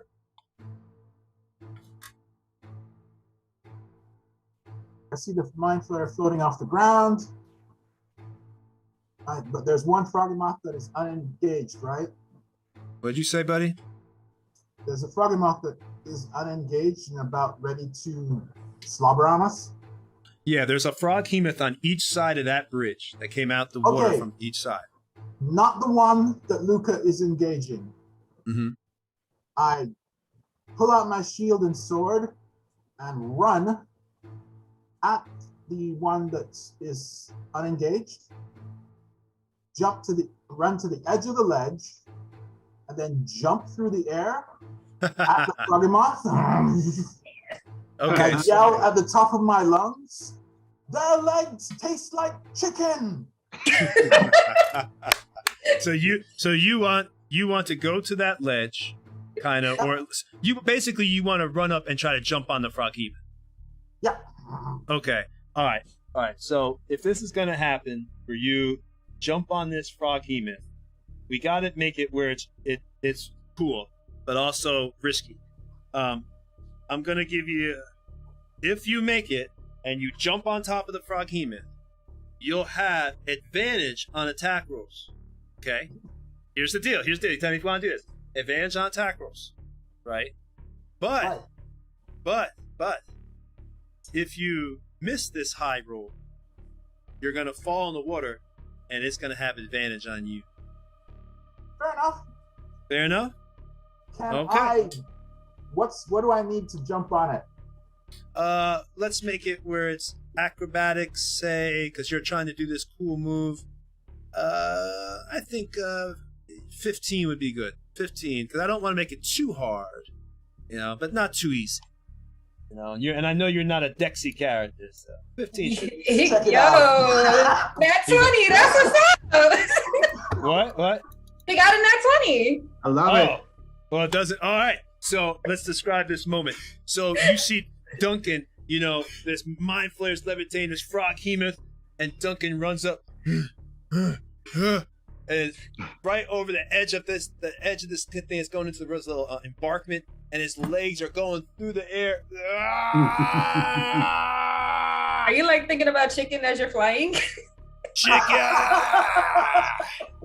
And he lands right on top of the.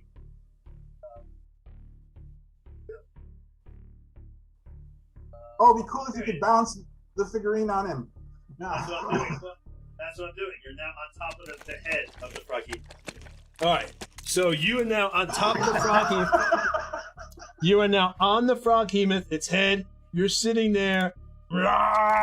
It's whipping around at you because you're on its head, and you're in a spot that its tentacles are trying to get to you, but since it can't see you,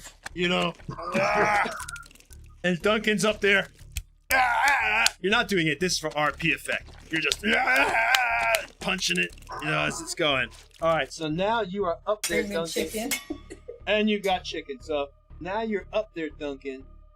You've made it. I assume you want to attack. Oh, yes, I do. Okay, so you'll have advantage on this attack, but remember, it's going to have a chance to shake you off next time on its turn. All right, 25. So definitely hit it. You do 11 points of damage. All right. Second attack.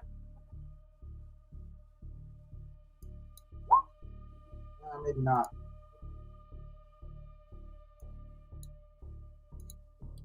I got an 11 on the second one. All right, so you did a total of 22 damage. I am. Hold on, I'm gonna burn my second wind. Damn, he's going all out.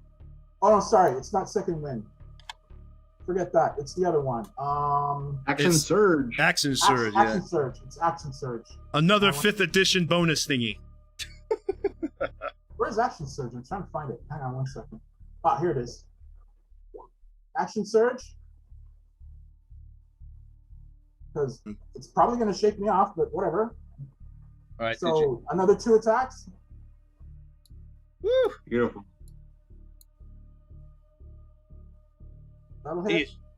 All right. That was the time to use your action surge, and you got advantage too. All right. So One more attack. You hit on the first one, missed on the second one. I hit him real good on the second one. Yeah, you didn't hit. That's Great. it. You barely hit him. 10. You didn't hit him at all. 10 and 11 on that second attack. But then the first one you did 11 points. The next one 10 points. And the Got a next crit in there. Yeah, 12 points. So 12, 22, 33 points of damage. Ooh! All right. So Duncan, you want to describe your 33-point damage attack? I'm planting my feet on his head, bouncing as if I'm on a slippery Bactrian surfboard, and driving my sword down into the head, point first, and I'm trying to drill for oil. Its tentacles are flailing. You see like little spots of greenish blood poke up. It's trying to lick its tongue. Legs! I want your legs! All right, so now you've done that. Is there anything else you Oh, want can to I do? do one other thing? What's up? Sorry, I forgot to mention the whole point of this. I want to expend 1 superiority die for a goading attack. All right, go. Oh, so it just wants to attack you. Gotcha. Okay. So I'm burning. Hang on.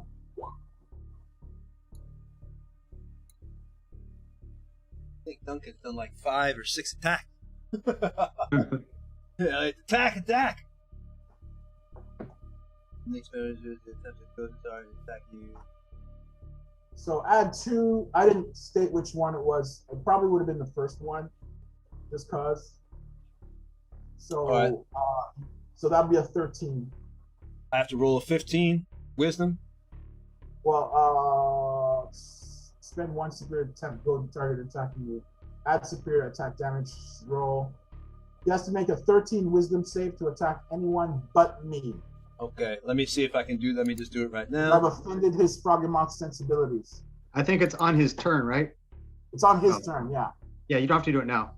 Okay, good. But you can save that though. I knew that was coming. I knew it. All right, so Duncan, you've done that. You've now goaded him. Next is Durgan Snowbeard.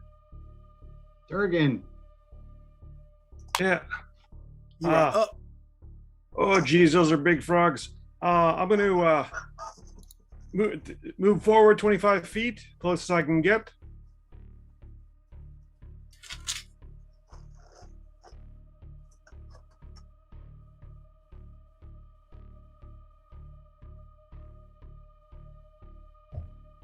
Yeah, where are you trying to head to? How close to that?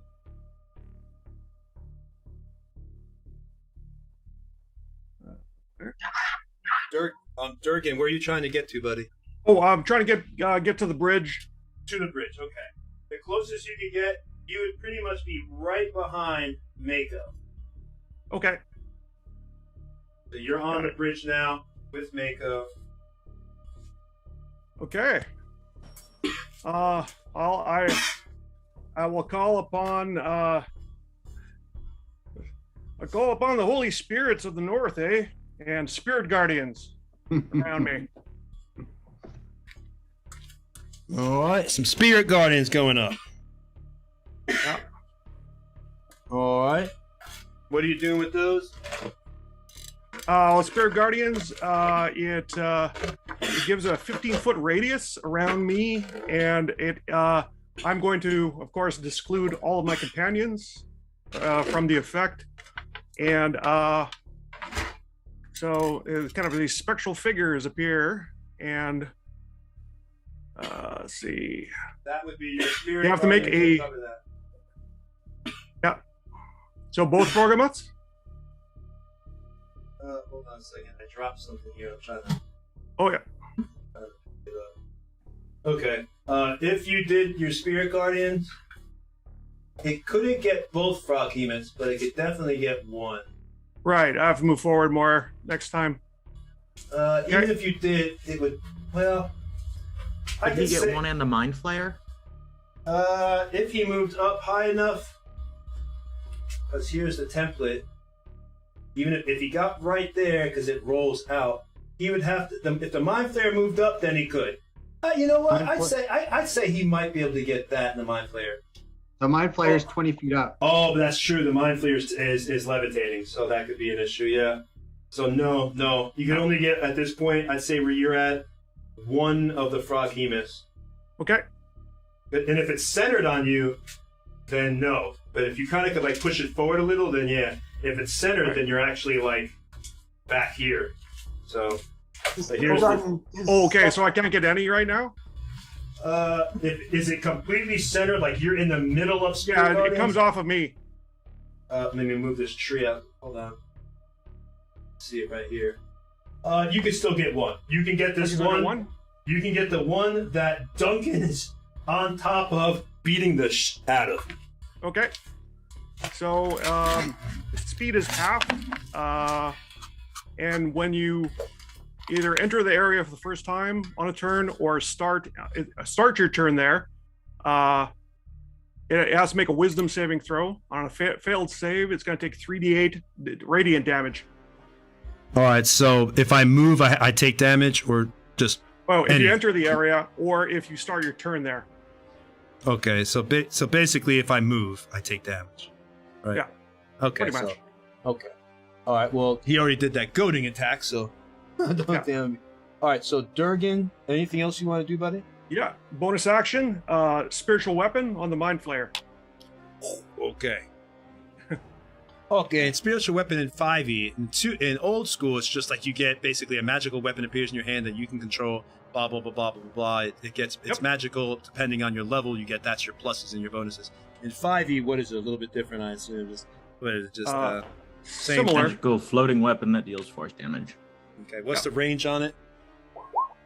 It is up to 60 feet away. Ooh, you just got it because you're on the bridge. So cool. I'd say you just got that. All right, so you're able to do your spiritual weapon, and that's just a normal attack. So go ahead, I guess, and attack on it. Yeah, so I just used my spell attack modifier, which would be proficiency plus my probably like 15, or something, or like plus 5, I think. So I will do a d20 plus 5.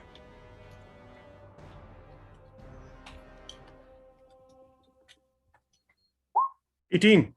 All right, that definitely hits. Okay. All right, so that breaks. I have to do a concentration check. So hold on.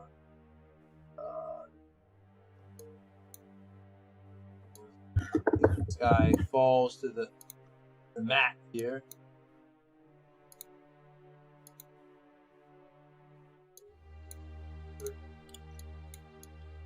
What the heck is this? Hold on, guys. Roll20 is giving me... Roll20 went down for a second. I have to reload back. Give me a moment. Technical difficulties with Roll20. There we go. Okay. Alright. I feel back up. Concentration, that's just, what is that? Wisdom or intelligence? What is that? I think it's wisdom. You sure? Is it con? What is it? Oh, I think it's DC 10 or 1/2 the damage. Concentration. Whichever is higher of the two. And it's against what stat? Constitution. All right. So let me roll a con thing here. Let's see what we got. Okay. I don't think I did that good. I have a 3. So I'm pretty sure That breaks the concentration of the mind flare. What do y'all think? Pretty sure. Okay. Yes, it And does. he was 20 feet in the air. Yep. So he has to take his 2d. Unfortunately not. Because Oh, that's right, 'cause- levitation, even if concentration is broken, lowers you down gently. That's right. I literally just read that too. Just read it. All right. So he doesn't have to worry about that. So he slowly, this magical weapon comes up, and you're just close enough that I was able to get to him, even though it was at an elevated height, and it hits the mind flare, and he goes down. How much damage did you do with that? 5? 5 damage. Mind flare. 5 damage. Nice job there, Jurgen. Take that, you big floating squid head. Yeah, it actually hits him in his tentacles and slaps him down. You see him just slowly go down to the ground as his concentration is broken. There's a look of kind of anger in his face as he's done that. You can't really tell, but it's like this menacing look from the tentacles that you can definitely tell it's not a happy moment. You taking 5 damage off him. So 5.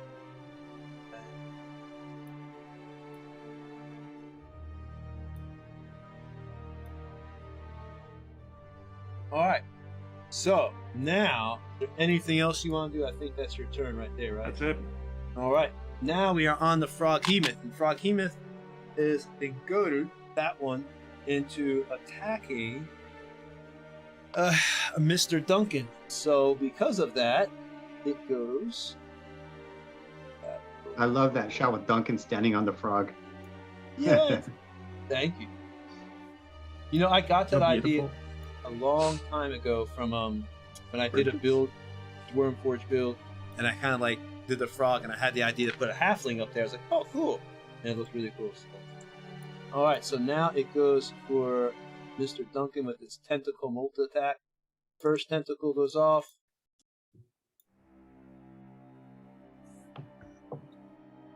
And you better hope that that hit. So you better hope it doesn't, but it did. I'm gonna go ahead and do cutting words. Oh, Go. A bunch of squishy, disturbing noises that hopefully translate to something in frog speak. well, that's the thing. I think with cutting words, one of the things is do you have to know the language of the person you're doing the cutting There is words? no language requirement as long as they can hear me. Okay. I couldn't remember. So there's no language requirement. Okay, cool.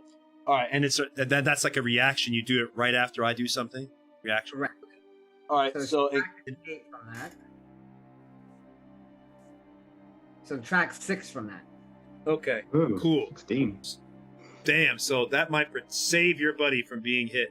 Does that save you right there, Duncan? My armor class is 18.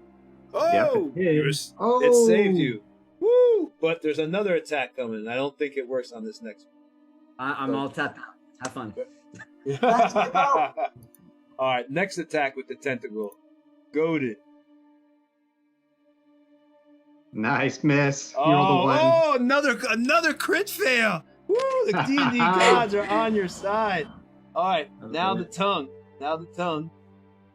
Let's see.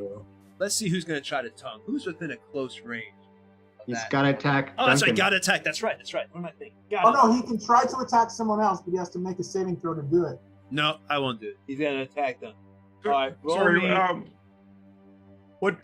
which Froghemoth is attacking? Duncan. Oh, sorry, which Froghemoth was attacking? The frog one is just attacking Duncan, who's on his head. Okay. Yeah, I don't remember which one I was in range of for the spiritual thing, but as soon as the start of the action, it takes the 3d8. So. Okay, so just attacking, it still takes the radiant damage. As soon as it starts its turn, if it's still in the radius. Okay, it is in the radius, so yes, it would take the 3d8. Okay, so we'll do that in just a second because that isn't going to kill it. Got it. Duncan, roll me a strength saving throw. Is that an advantage or normal? Just normal. It's Oh trying no, to tuck me that's on right. You his have head. advantage because you're on top. Well, you know what? That was just for attacks. Let's not do it for like dex throws. I think attacks I was giving you advantage on attack, but for saving throws, it's still going to be the same. But for attacks, Okay. yeah, you have advantage. Oh, shit.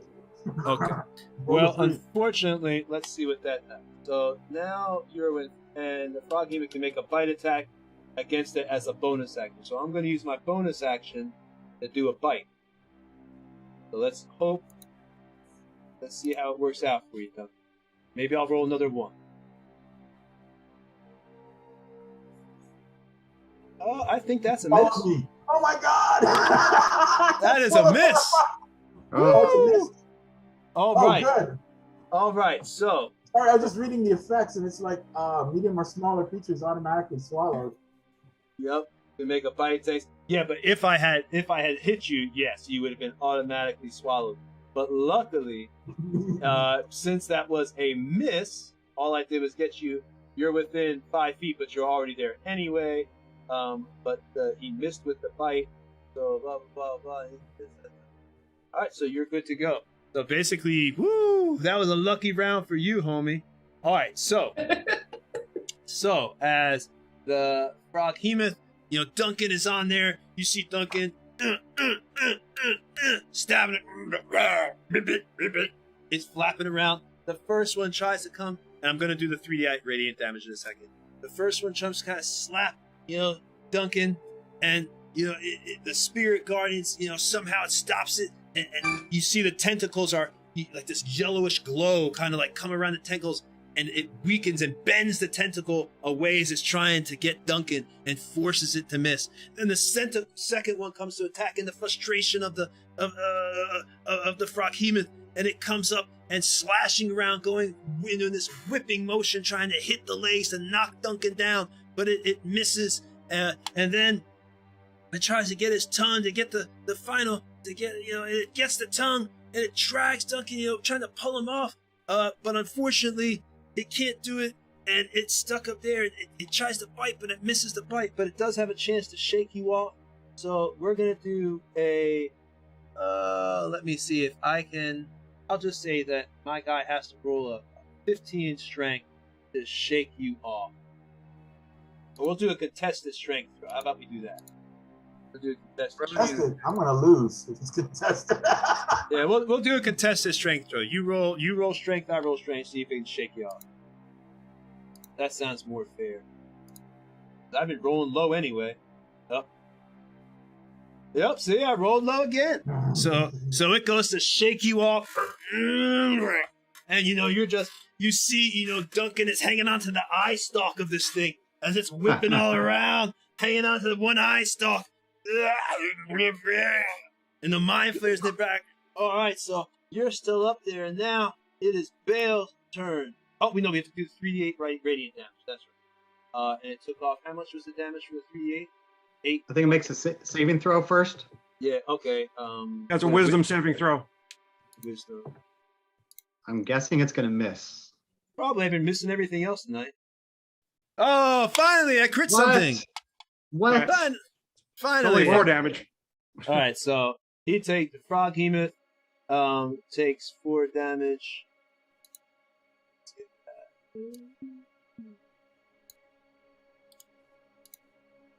Hey, question, Tony. If you have inspiration, can you give it to someone else? Yeah, I don't see why you couldn't give inspiration. So I'll take one of my double inspiration and pass it over to Bale. Double. Who has it? You pass it to who? Bale. Oh, Bale. I already have one still. You have one? Never mind. Yeah. All right. I'll tell you what. I'll give you mine if you give me yours. Giggity. Giggity. Yeah, we'll just switch. We just give each other. All right. Yeah. Hey guys, this isn't that type of street. Yeah. Oh, that's nasty. Hey, Peter. All right. Anyway, Bale, it's your turn, buddy. How far am I away from Mr. Squidward? Squidward. Oh, me monies. All right. My son loves SpongeBob. All right. So you are 1, 2, 3, 4, 5, 7, 8, 9, 10, 14 spots away. 70 feet? 14 times 5. So, yeah, 70. Okay, perfect. Quick question for Mako. My inspiration is just on my next attack, right? It's so anytime within the next minute you can choose to use it on a attack roll, ability check, or saving throw. Nice. So it's whenever you are my favorite bard, bald halfling bard. And you get to roll first and decide if you want to use it afterwards, provided the DM doesn't tell you whether you succeed or not. All right, thanks, bro. All right, so I'm going to move 30 feet and use a bonus action and move another 30 feet, so I'm within 10 feet of him. Okay. Of the Mind Flayer? Yep.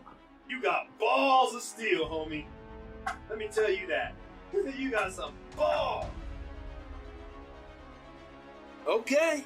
You're within about 10 feet of the Mind Flayer.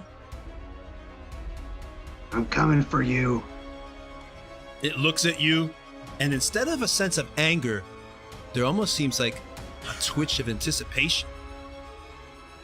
Like happy, like it's looking forward to something. Uh-oh.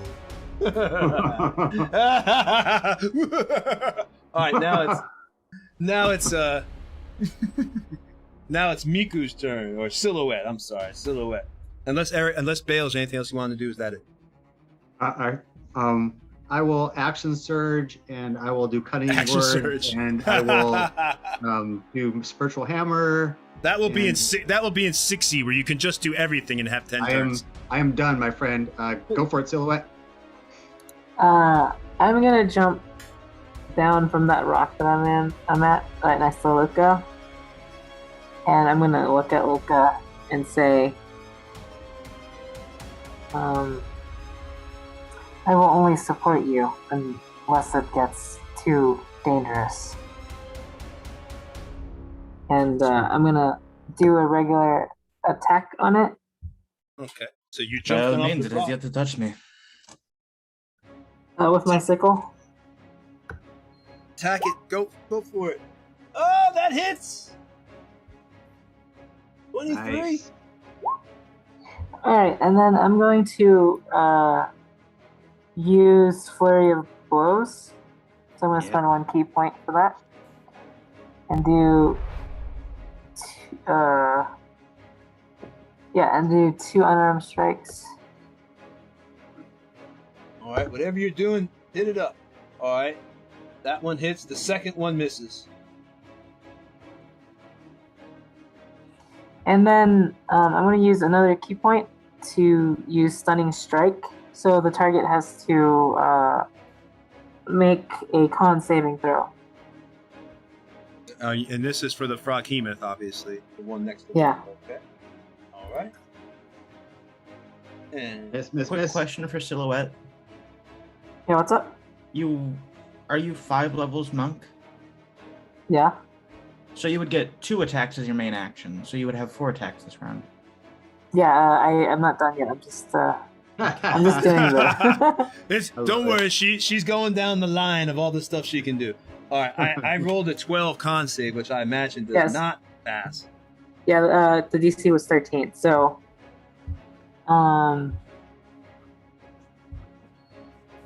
it is now stunned until the end of my next turn. Okay, so it's stunned until the end of your next turn? Yeah. Okay, so basically, And then it do my loses last its entire attack. turn. And you miss with that sickle attack. So you've done a total of 11 damage. And that stunning strike, that doesn't do any damage. That's just like a hit or something. Yeah, it just stuns it until the end of my next turn. So you've done a total of 11 damage. You want to describe your attacks? I'm just gonna jump down and kind of do some slices at it while also targeting what I perceive to be weak points, like any sort of tentacles or any sort of like appendage that I can see. We should get Eric, since he does kickboxing, if he ever becomes a monk. If Eric, I'm saying it right now, if Eric ever you play a monk, I demand that you get up and do real karate. I'll have the camera about 15 feet away, and I'll just get in there and I'll work out here. You got to get up, just like I see in your videos. You got to do those jump kicks and everything else. All right. I can't do that. I'm sorry. No inspiration for you. You're not dedicated enough to, unless you learn karate, to be a monk. Martial arts. Yeah, you're not dedicated enough to this stream. Miko, I'm sorry I can't actually summon shadows. Miko, if you become a black belt, train for like 10 years, you get 1 inspiration point. Yeah. You got to start using real ninja stars and throwing them at your camera. All right. So now it is top of the round. You know, the Froghemoth is now stunned. Remind me that it's stunned too. And the one that is stunned is Froghemoth 2, to remind me in case I somehow forget. But it's now Sparrow's, back to Sparrow's turn here. Okay, how far away am I from this Mind Flayer? You are...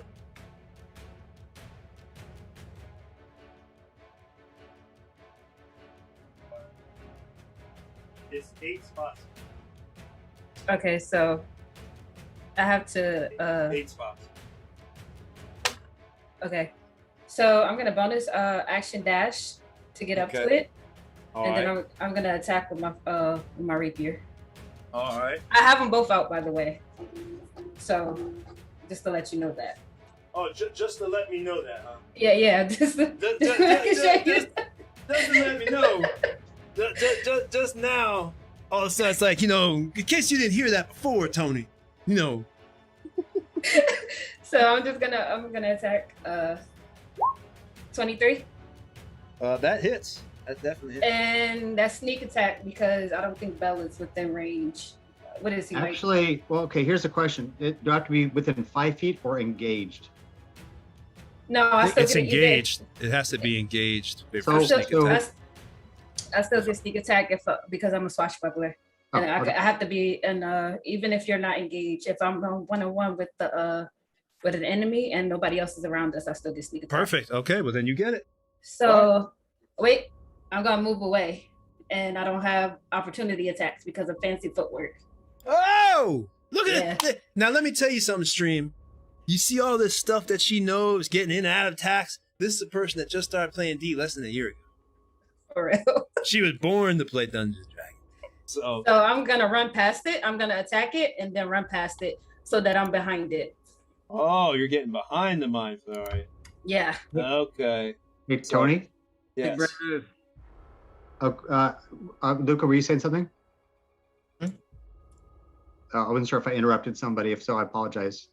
Really quickly, last turn I accidentally said I was using a bonus action to do a dash. I don't have a bonus action dash. It'd be an action, which is why I didn't do it. But when I get halfway there, as a bonus action, I want to do Hexblade's Curse on the Mind Flayer, which makes it basically marked, makes it a target for me. Okay. If that's okay. I don't attack or anything. It just allows me to mark it essentially. Yeah, we'll just put you back a few feet then. No, actually, it doesn't affect that. Oh, it doesn't affect your movement? Yeah, it is one thing I could have done that I didn't do. That's all. Oh, okay, so it was retconning his move. Yeah. Okay. So I still run up. I just didn't use my bonus action. I was thinking I used my bonus action when I ran. Oh, because I thought you did, because you tried to get as close as you possibly could. I can't do that as a bonus action. I could do it as an action. That's why I could not attack. Oh, God, I'm so damn confused right now, 5th edition. God damn, all these damn... Well, so for people that are new... Are you in the right spot on the map? Are you in the right spot on the bridge? Okay, there we go. So I'll make it... so I'll make it clear to everyone, to people that are watching might be new to this game or newish. I used an action to get an extra 30 feet of movement. As a bonus action, I'm going to use my Hexblade's Curse, which essentially marks him between him and I with some bonuses and things that will happen later. My movement is exactly the same. Oh, because I thought you had dashed or something. Okay. Sorry. I did. Go ahead. I did as an action. Okay. The curse resisted? Tony, I'm gonna post fancy footwork and rakish audacity in the chat so you can read them. Okay. Gotcha. It's cool. I trust y'all. Man. My job is referee. I understand Thunder, so it's okay. All right. I trust y'all. Rakish audacity. All right. So you did 18 points of damage on that Mind Flayer. The Mind Flayer. Do you want to describe how you hit it? Yeah, so basically I'm running past. I have one rapier in my one hand, and then my other one that I'm attacking with, I just try to strike real quick, pull out, and then run past them. Before it's like, go ahead. Go ahead. No, you go ahead. Go ahead. No, go ahead. That was it. One of the tentacles as you ran by, because you like had your rapier and you were running like that, as you run by, it sliced off one of the tentacles and it bounces to the ground. And Duncan, you could see it, and it smells good like calamari. I yell, save that! Save that! I'm not touching that thing. That's disgusting. The Iliathid or the mind flayer grabs the tentacle, and you hear a bubbly sound. You can see its bulbous eyes close in pain, and it looks at you in anger and frustration. All right, and now it is Luca's turn. May I describe this? Because there's no way it can succeed, because it's stunned. Yeah, it's good. Right now, it is stunned until the end of Silhouette's next turn. So I guess you obviously have advantage on it since it's stunned. I guess that's same as prone. I don't need advantage. Luca's going to reach up and grab its tongue, and smoke begins to pour out as acid is burning its tongue. It's going to take 2d10 acid damage from automatically failing this. Yeah. What is it? What are you doing? I'm using the acid thing that I have. The acid thing that you have. All right. So it takes 2d10 acid. Go ahead and roll your damage. I got bad damage. Just 6. All right. So you grab its tongue. It's sitting there. It's paralyzed, trying to make this sound, but the energy of the chi or the chi, whatever, the chi running through the kai running through the power, that Silhouette had punched when she did that power punch right into the special spot. It just can't move, and you rip the tongue, you pour in the acid bubbles, and a little piece of the tongue falls off and melts into the water before you and just dissipates. You do 4 damage. You said 4, right? Sure. Was it 4? 4? 6. Oh, 6. Okay, 6. But it's cool, so. All right. Is there anything else you wanted to do there, Luca? Nope. All right. So next is Mr. Mind Flayer. Okay. So, obviously, it's not too happy with the situation. Let's take a look at what we got. So we got Sparrow has run past. He is now behind.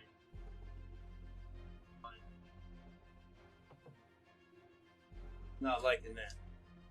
So, it's going to turn to Sparrow, and it's going to do a good old-fashioned mind blast. All right. So, we're going to mind blast you, and this is what I need you to do. You need to roll a 15 on intelligence, an intelligence saving. Maybe it's 60 feet long. Is it facing me or is it facing Sparrow? Facing You're me. lucky because Sparrow went behind me. Had Sparrow not been behind, you just would have got effed up the booty. Okay. Yeah, I got to beat. All right, so Sparrow, as you do that, you take 22. We'll do 48. I'll actually roll the 48. I prefer rolling the 48. See what you got. Maybe you'll get less than 22. Yep, so you did better. All right, so you take 18 points of psychic damage, and you're stunned for 1 minute. So that's a little bit in terms of round time. That's a while. Because rounds are usually like 6 or 10 seconds, so you're stunned for a bit. Just so you know, every one of her rounds, she can try and make a save and throw to break down. Yeah. I was just about to say, yeah. Okay. And then at the end of each of its turns, ending the effect if it's on success. So you just have to try every time to make an intelligence save of at least 15 or more. But right now, you are it lets out this wave of force. You come by, you were thinking you got with its rapier, and this sense of fear as it turns around you. You see that this isn't like other things you faced in your adventures. This thing has intelligence. You're not looking at some wolf or some crazed creature. It's looking at you and planning, and it's realized you're a threat. So it turns around to eliminate the threat from behind it and sends this wave of energy, and your brain and your head just feels racked and rattled. You see lights, and you can't move, and you're just blinded. And you take the 18 points of damage, and the Mind Flayer lets out a bubbly laugh as it turns to look around the Vale. You chose the wrong target. And now, to avoid, hold on, let me see. It moves. It's gonna move since it doesn't provoke attack opportunity. It's gonna move far enough away. Doesn't have to worry about fail. And then it's gonna go have some. No, hold on. Time out. Yes. So you said he was 70 feet away from me, right? Yes. And I moved 60. He's 10 feet away from me, and my whip has 10-foot range. So he actually is in my. You still be in range. That's right, baby. All right. So I cannot. Yeah, I couldn't move far enough away. Out of your range. I already took an action. So you'll have to. We'll have to see what happens. Okay. Well, then you know what? I might just stay where I'm at then, because it's not going to make a difference. So he's just going to get behind Sparrow, like this, kind of behind Sparrow, getting ready for the meal. As long as he's in my range. Yeah, he's in your range, baby. I forgot about your power whip, your blood whip. All right. So now that Mind Flayer, he's done. It's not doing anything. He just sits back. Oh wait, no, we'll save that. We'll save. That's a bonus action. Taking a potion is a bonus action, if I'm not mistaken. All right, so now Froghemoth 2, but that Froghemoth is stunned, so it can do absolutely nothing. It's just sitting there. You see its tongue flapped out. Its tentacles have fallen into the water. They're just, writhing in the water, barely moving. And now that was pretty good. And now it is Mako's turn again. Okay, how far away is Silhouette? Silhouette is... Or sorry, not Silhouette, Sparrow. Sparrow is... From me. She is... Where's my damn...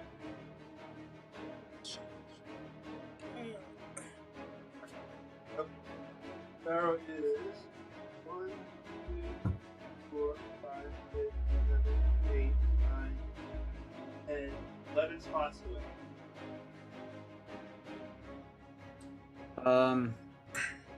Okay, I'm gonna move 30 feet towards her. Mm-hmm. Then I'm gonna hit her with a let's see, how much damage did she take from that mind blast? 18? Yes, sir. 18. I'm gonna hit her with a level 3 holy word. Okay. As a what's that called? A bonus action. So you're moving up as close as you can get while still being able to do an action. So you are right behind. You can't occupy the space. Vale. But you're right behind Vale, but you're still within. You're still within just enough range. Well, obviously not just enough range. Whatever the spell range, but you're in range to cast your heal on. Okay. Assuming it's like a 60-foot spell or something. Let me double check the radius on that. Or the, I'm sure it's more than 30 feet. I mean, if it's not more than 30 feet, I'd be shocked. But because she's 30 feet away from me. Sorry. Well, actually, she's 25. Excuse me, 25. That should be. It's probably, I think, maybe 30 feet. I'm here. You know what? We're not going to worry about it. It's going to happen because there you go. We're not going to sit here and look through the book for 10 minutes. You got your healing word for this time, 25 feet. Ooh. I'm sure it's close enough. It's not a touch radius spell. So what does she get cured of? 3d4 plus 4. It's not a mega heal anyway. D4 plus 4. Yeah. Well, I'm casting it at 3rd level, so I got 3. Yeah. Yeah. Where's that?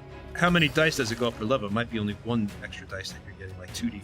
Is it per level, like 3 means you get 3, or is it 2? 1d4 for each slot level above first. So Okay, since so 3d. level spell, that's plus 2d4. Gotcha. Unfortunately, roll crap. 2 plus 2 plus 2 equals 6. Plus 4 is 10. All right, that's something. Yeah. All right, so you got 10 back, Sparrow. And then I'm going to go ahead and cast Fairy Fire again on him. So he gets that,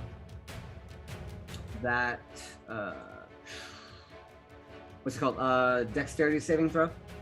Okay, and that, of course, that was the healing word was a bonus action, right? Correct. Okay, so dexterity saving throw on Mind Flare. You really want to light this guy up with the fairy fire. Do it. And I think that failed that time. Woo! Yeah, it's tree. Roll twice. Oh, that's right. Thank you. Right now, Mako's like, shut the Yeah. I wouldn't imagine saying such a thing to my esteemed colleague. Yes, I would. You mother. Okay, well that passed. So right now you're not saying it, but you're thinking. So that passed. So once again, no fairy fire for Mr. Mindful. All right. All day. I think that's it. I think you're used up, Mako. That's all I got. All right, baby. It is now Duncan who's still on top of this thing.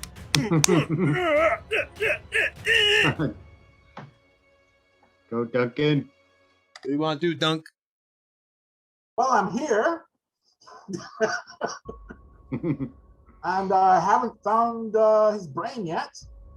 So I'm going to keep going. It's still It's still like moving all around. Can I have an... I'm sorry to ask this, but is there anyone... Who's the closest person to me? Currently. It might be Mako. Closest person to you, yeah, it is Mako. Or the cleric. Hold on. I'd say, yes, Mako or I didn't even see him right there. Actually, you're right about the same distance from either one. About probably the cleric. Okay, a little no bit problem. closer. Probably a little bit I'm closer going to to be Durgan. using, for one of my attacks, I'm going to be using maneuvering attack. Mm-hmm. That enables me to move a party member by giving them, they can use half a reaction to move up. No, they can use reaction to move up to half its speed without provoking opportunity attacks from the target of my attack. Now that it matters. I didn't get you all that. You kind of broke up a little Oh, for me. I posted it. It's in the chat. Okay, so you're using maneuvering attack, and what are you doing? Mako. Okay, so Mako is able to move up. He's able to move half his movement then? Yeah, if he chooses. Okay, cool. All right, so Mako, what do you want to do since he's giving you some movement points there? Well, I have to hit it first. Oh, well then you better hit it. Hit it then. I still have advantage? Because I'm on its head? Yeah. Oh, yes, you still have advantage. Bam! All right. So you're on top of its head with the advantage. That means now, Mako, you're able to move half your movement speed. Okay. I'll move 15 feet closer to Sparrow. And if you can kind of shut me off to the side, I don't want to get in Bale's way. Well, you're still on the bridge, so there's no shunting you off to the side. Still right here at the bridge. 1, 2, 3. We put you right at the end of it. Actually, I have to lay your character down a bit. I mean, could I step off the side of the bridge? I mean, how steep is that embankment?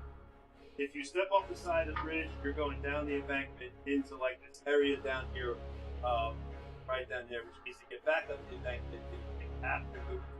You can jump off the bridge. I'll allow that.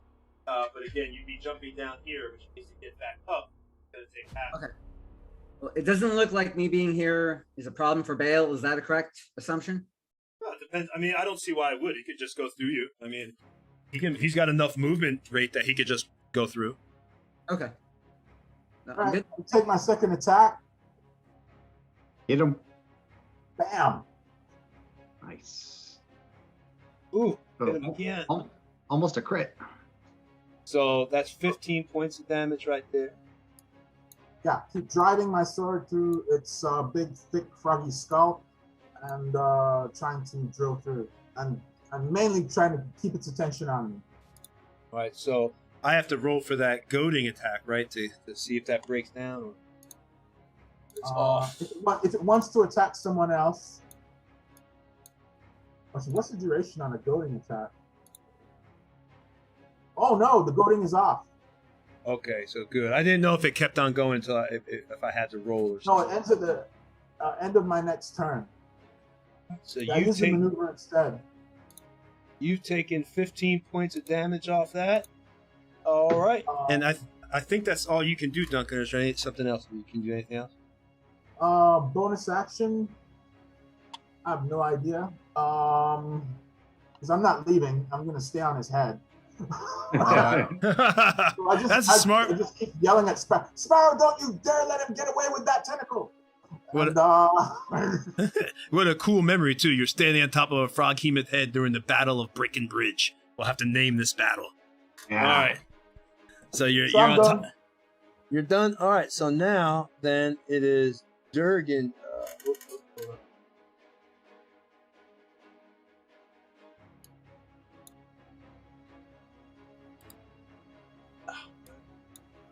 Now it's Durgan's turn. Okay. I'd like to move forward. Can I move forward on the bridge to the point where I can get both Frogomiths in the range of the Spirit Guardians? Let's see here.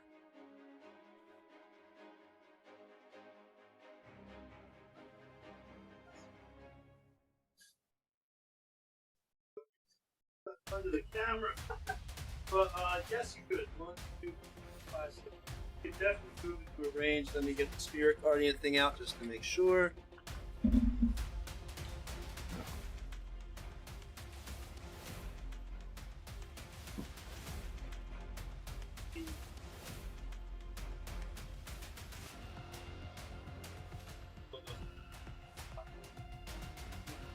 Yeah, you can get both of them. Cool. All right. And do I have line of sight to the Mind Flayer?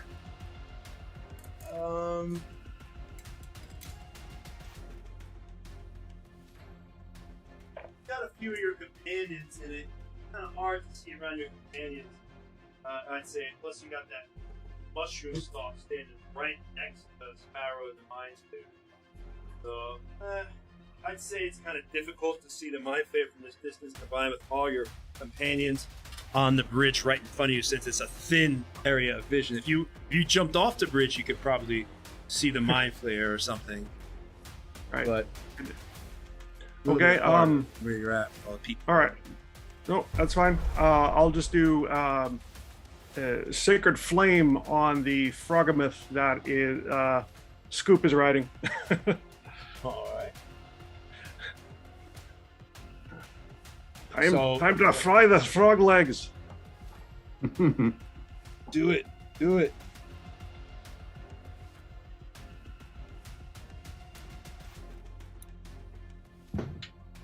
You rolling? Oh, no, sorry. It's a dexterity save on their side. Okay, no problem. Frog Hemoth, dexterity. Is that for both or just the one that he's on? Just the one, yeah. Ooh, that is not a pass. That is not a pass. All right. So because I'm level 5, it is 2d8 damage. So Ooh. Roll. Not bad. That's a cantrip, right? It is. That's a nice cantrip. That is dope. That'd be 7 damage. All right. You want to describe your attack? Yeah. Again, it looks like a frosty golden beam that comes down from the heavens and like slams down on the Frogomith, and who basically starts frying a bit on the side. All right. So the Frogomith, he's frying on there. It's a fried leg or frog leg. Never a bad thing. All right. So now it's the Frog Hemoth's turn. And that's the one, he's no longer goaded, but he's under the spirit guard. Is he under spirit guard? Did you do that? You didn't do that this time, did you? Did you do the spirit guard? Yeah. Okay, good. Okay, so he's still in spirit. He's not going to move. He is just going to attack this time. The Spirit Guardian stays up though, right? Yeah, the Spirit Guardian stays up. So at the start of both of the Frogman's turns now, you have to make another Wisdom test. Okay, let me do that first to see if I pass. I've been failing every other save, so let's see what happens. Y'all had some good luck tonight. That's great. Let's see. Fail probably. And fail. Okay.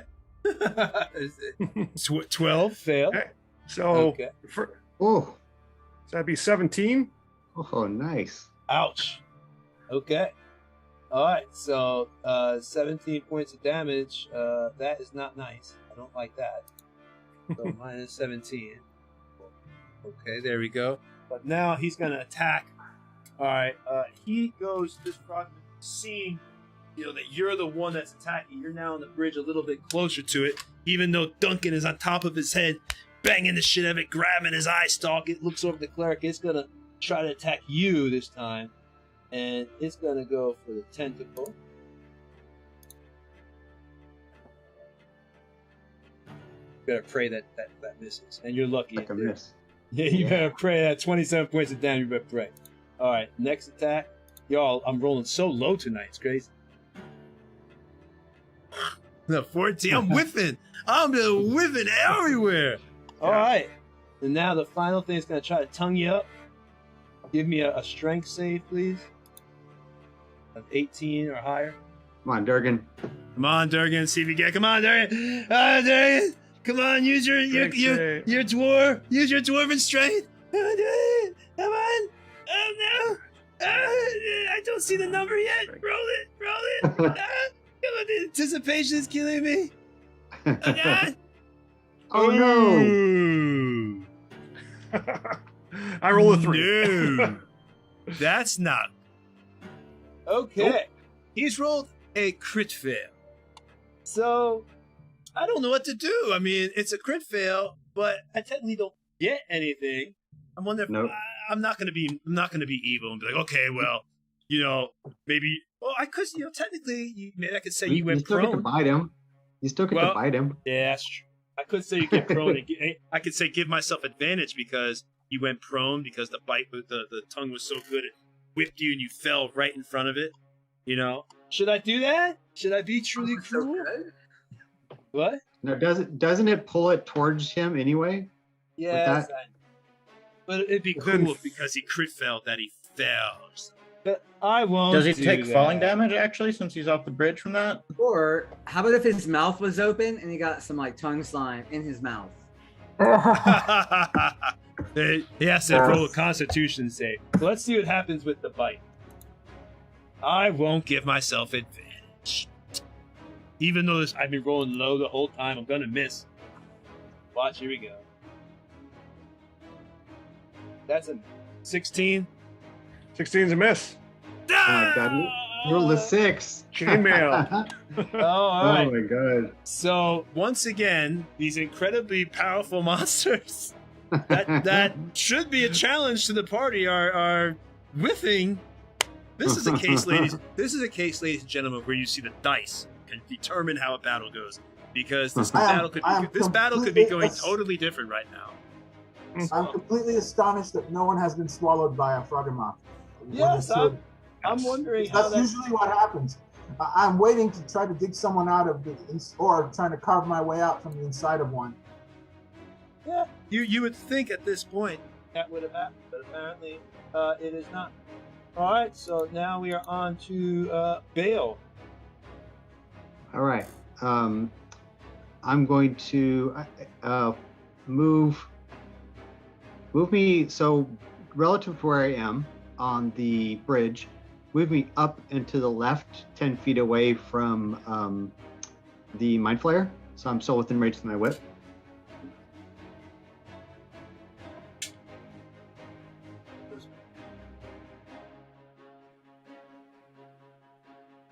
I don't want to move more than 15 feet total, so just keep that in mind. Oh, okay. Well, that would put me right back. Gonna be off the bridge to the left on this mark. Well, I need to be able to. I need to be able to hit him still. Okay. As long as I can hit him, I can still reach him, right? Your width is 10 feet for your width? Yep.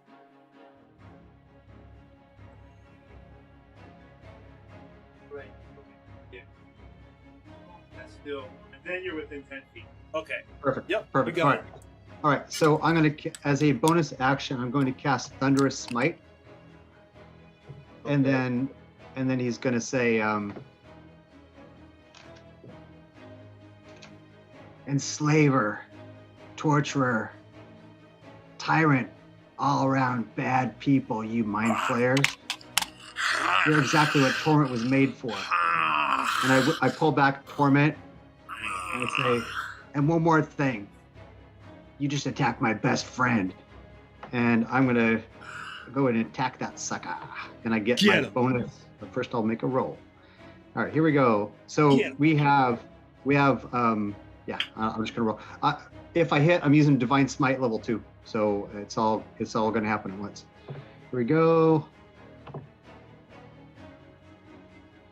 2.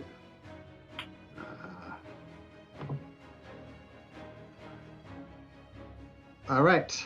So how about 32 points of damage? Ooh! Good. That is an additional 3 points of bloodthirst from Torment.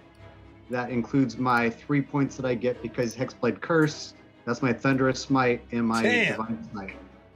Mine is 32. Good God. Yep. Describe your vicious attack. It's not dead, but describe your cruelty to this creature. Yeah, so this one just rips just at an angle, almost like slashing with a sword, because the end of that whip has these kind of barbs on them, and they just rip all the way from shoulder down across his chest and his hip, and blood just like sprays everywhere, as both a combination of the light of Ilmater that flows from my arm and adds to it the radiant damage, and then also a bit of a boom because of Thunderous Smite, because he also has to make a saving throw or get knocked on his booty. So Thunderous Smite, I believe, let's see, I'll tell you right now. He needs to make a strength saving throw or be pushed 10 feet away and knocked prone. Oh, I fell. All right, so he's knocked 10 feet back and he's on his back. Since that's from a spell, does he have advantage? That's, yeah. Is that all? I guess. Sure, I'll take that. Yeah, that's cool. I mean, it's not a spell, but it knocks him down. So yeah, cool. I'm cool with that. It's Thunderous Smite, right? Yeah.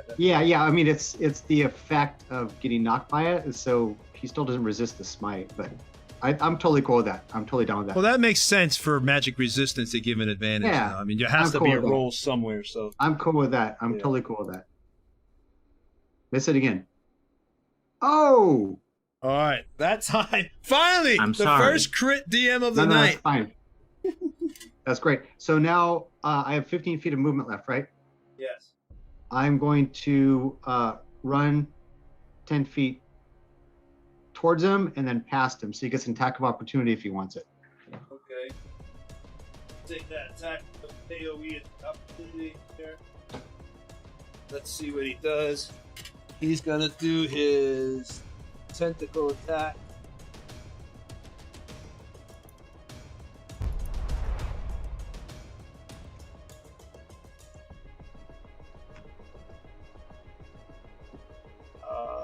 Tentacles. Attack 20.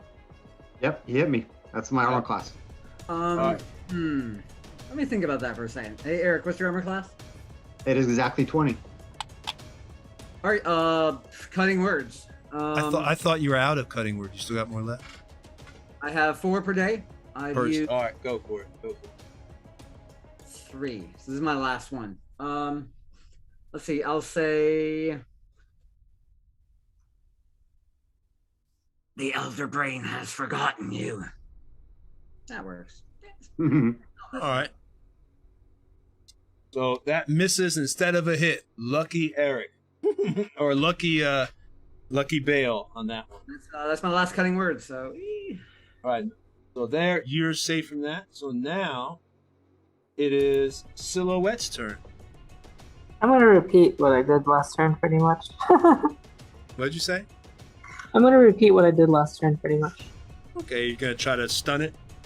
Is stunning strike till the end of your next turn or the beginning? Well, it's the end of her next turn. So actually, if you did it right now, you couldn't keep it stunned. It would end anyway. Because I would think you can't double stun it, could you? I mean, you can re-up it. I was just wondering if she would have advantage. Yes, that's good. All right, so yeah,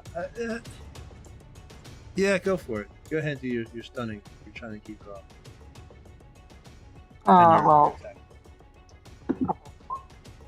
Well, that hits. That's definitely a hit. 16 hits. 26. I guess since he has stun, you're gonna have advantage because it's technically prone. So you actually critted, so that's 10. Yeah, so I'll do a flurry of blows. Woo. Nice. All right, so all those hit with advantage. And 20 points of damage so far. You've done on it. Ninja. And then I'll do the stunning strike, so it will have to roll the con save again. Okay, hold on, let me do these damage points here.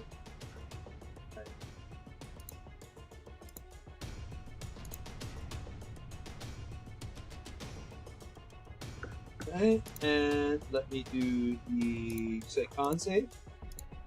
Yeah, DC 13. DC 13 Constitution. Let's see if I fail. I'm gonna fail. Always fail. Fail! Nice! Fail.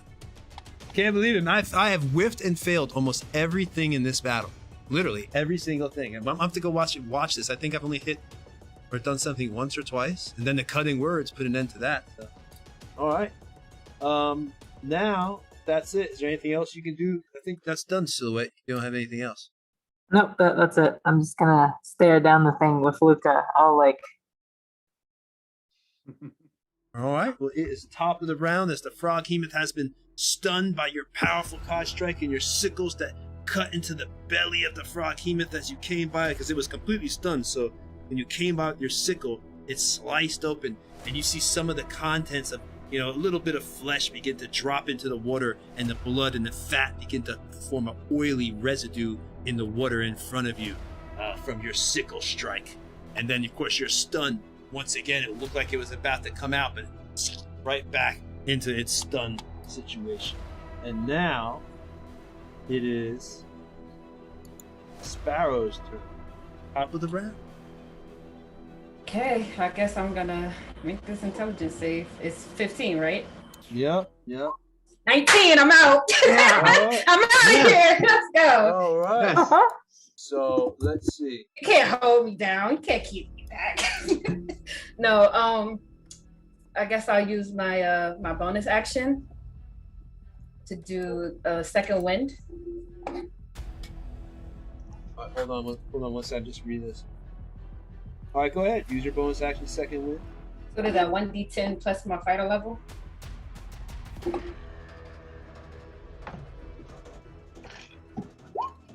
Two. Okay, cool. Nice. Back at full health. All right, Nice. You got something back. That's something.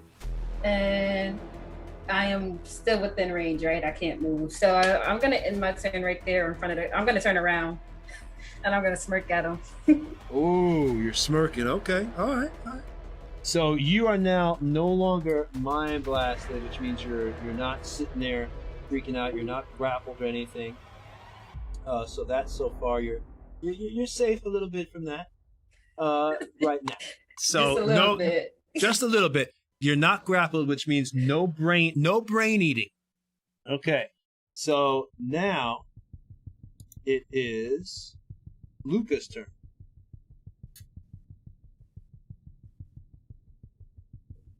Luca is going to continue pulling a starfish and just keep pumping acid from his body into its. All right. So you're doing your 2d10 acid? Yep.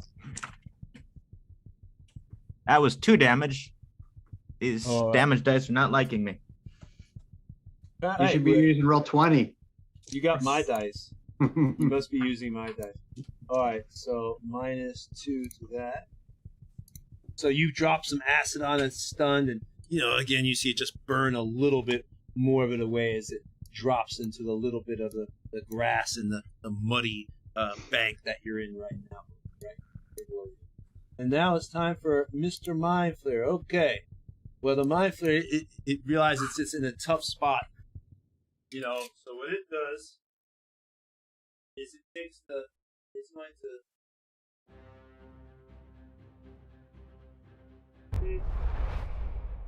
everybody. Yeah, I should be 5 feet away from it, right? I thought you wanted to be right behind it. Well, remember I had to move out of range so you get the attack opportunity. So I should be he has to move towards me to attack me, basically. So you feel good. Yeah, exactly. That's good. That makes my decision even easier because that means I don't get an AoE for attack opportunity from you. So he's gonna move back and take his 1 attack opportunity. From to move right here. Let's see something. You see my cone. What I can get with my cone. And get Mako 2. Dance free. Mako. Well, right there. Nope, it will just get Sparrow. I need to move around. I need the Sparrow to move around. So wait, I get an attack opportunity? Yeah, you are. So go ahead and roll it. So if I get an attack opportunity that and I'm melee, would I still be able to move out of the way with fancy footwork? No, attack opportunity you're not getting. You're just getting the attack opportunity from me moving. Fancy footwork, what are you trying to move out of the way of? It's not a melee attack. Right? What are you trying to move out of? No, I was just asking. Yeah, it's just a regular attack. Right? Fancy footwork requires you to still have movement. I have movement. I didn't move. But it's not your turn. Yeah. Is it? I'm just no. I just got my attack opportunity. So that's 16. I would get sneak attack because Bella's still there, right? Sure am. I'm sorry, it's 16. That's 17. So yeah, it's not my turn. So I'll be right there. All right. So Hey, quick question, Tony. Didn't he mind blast last turn? Yes. No, I haven't rolled to see. This is something else. So that will be handled. All right. So the Mind Flayer is hurting badly. You've heard it. It's almost looks like it's in trouble here, but it still has a little bit left, and it says, "Even if I go down," you can hear it whispering. As you had just got that attack, it actually whispers to everybody who's within range. You can hear the telepathy. This isn't it. The Master will find you. No matter what happens, no matter what you do, the stone will be ours. The way will be found. And it gets in front, and it is going to use its wand of fear. I will put that in there so you can see it. Very wand of fear. So what you'll need to do is, there you go. While holding this, okay. All right, everybody. So I need Mako, Sparrow, and Bale to do a wisdom saving throw. Right.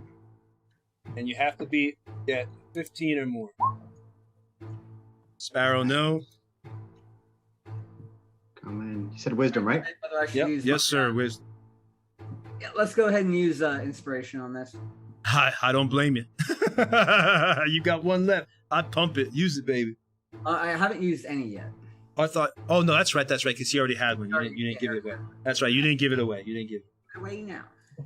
So use. Cutter failed, or not Cutter. Bale failed. The wisdom saving throw. Wisdom saving throw. That's right. Oh, we're good. Ooh, Mako makes it. You said I need a 15, right? 15 or more, yes. I'm gonna go and use my inspiration. Okay. Pop it.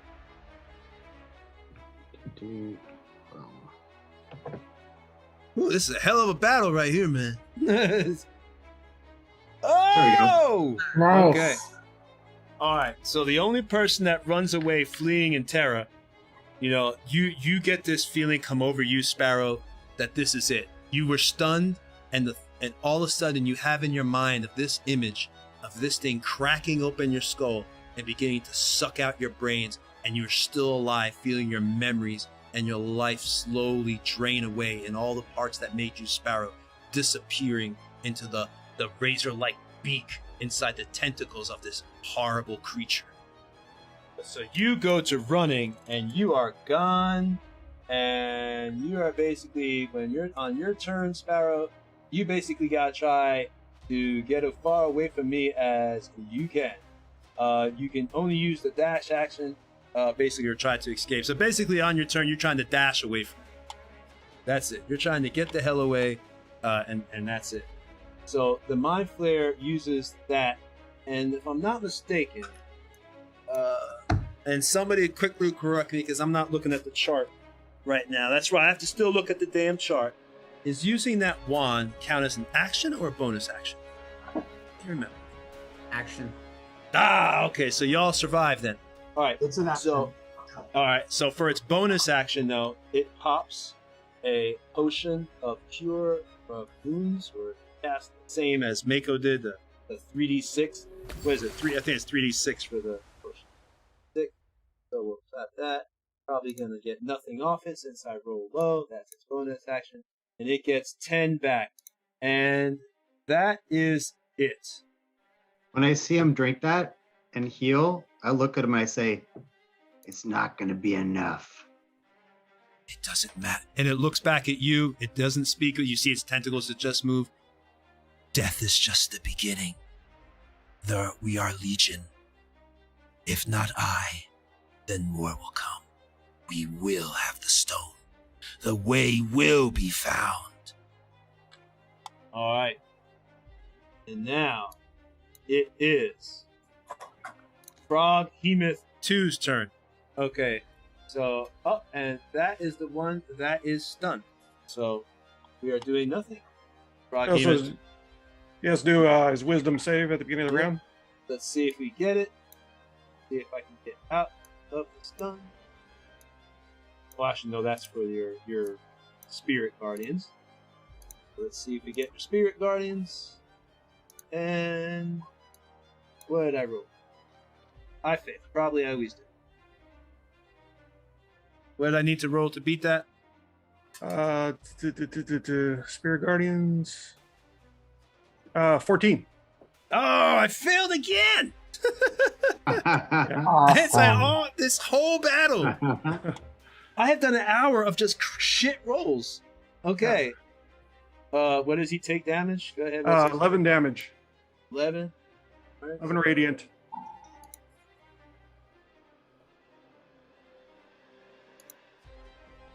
Minus 11. All right. So he takes the.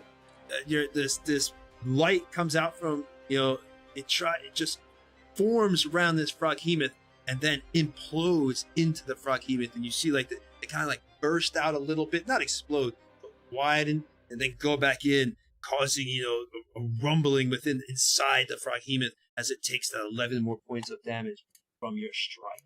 Oh, hey Tony, I forgot, but everybody should have 9 temporary hit points. Every morning I do my whole inspiring leader business. Everybody should have 9 temporary hit points. What a time to remember it, huh? Hey. Well, you are lucky you have a nice DM, because take your inspiring talk that every morning. Okay, the deal is though, from now on, whenever we do a rest, you have to get up. So I believe this. You have to get up and give an inspiring speech, which I'm sure all your party members now are so happy to know you'll be doing. Absolutely. Inspiring speech from Mako every morning. What a way to start your day with your Wheaties. All right. So Froghemoth 2 is stunned. It took the 3d8 damage there. And now it is Miko's turn. All right, here time for some creativity. I'm gonna go ahead and cast minor illusion to put a 5-foot prison of stone around Sparrow. Nice.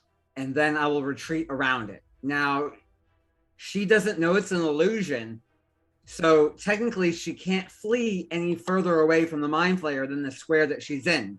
Hence, she should just stay in place. That's the theory. We'll see how that works. Yeah, I see. Yeah, that as long as it's something that's staying in place, stationary, she'd have to believe it. So she's gonna have to roll to see if she believes it, and then that will just keep her in place. I don't think that's breaking minor illusion. If it is, someone will let me know. Yeah. Right. She could use an action to interact with it. Definitely. All right. So as long as it's not breaking minor illusion, we can roll with that. It is. And I'll yell out, "Sparrow, stay there! I'll protect you." There we go. Maybe that'll help. Okay. Well, you can't even speak back. You're just screaming in fear and terror. Yeah. So at this point, speaking is beyond right. It's like that movie it's like that scene in Ghostbusters. You're too terrified for rational thought. So, all right. So that you did anything else you want to do, Mako? I'll hide behind the stone sarcophagus. Okay, so you're hiding behind the stone sarcophagus. All right. So now it is back to Durgan Snowbeard.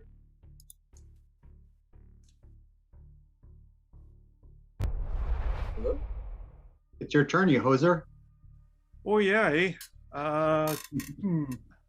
So I'm still between the two Froggamiths, and I don't have line of sight on the Mind Flayer. So I would say, hold on, let me see, because line of sight's now changed. So hold on, because Mind Flayer moved. So I actually have this pen. This pen will determine it quite easily.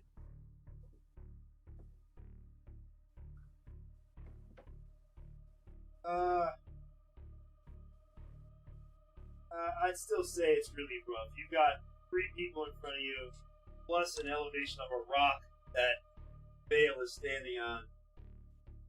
If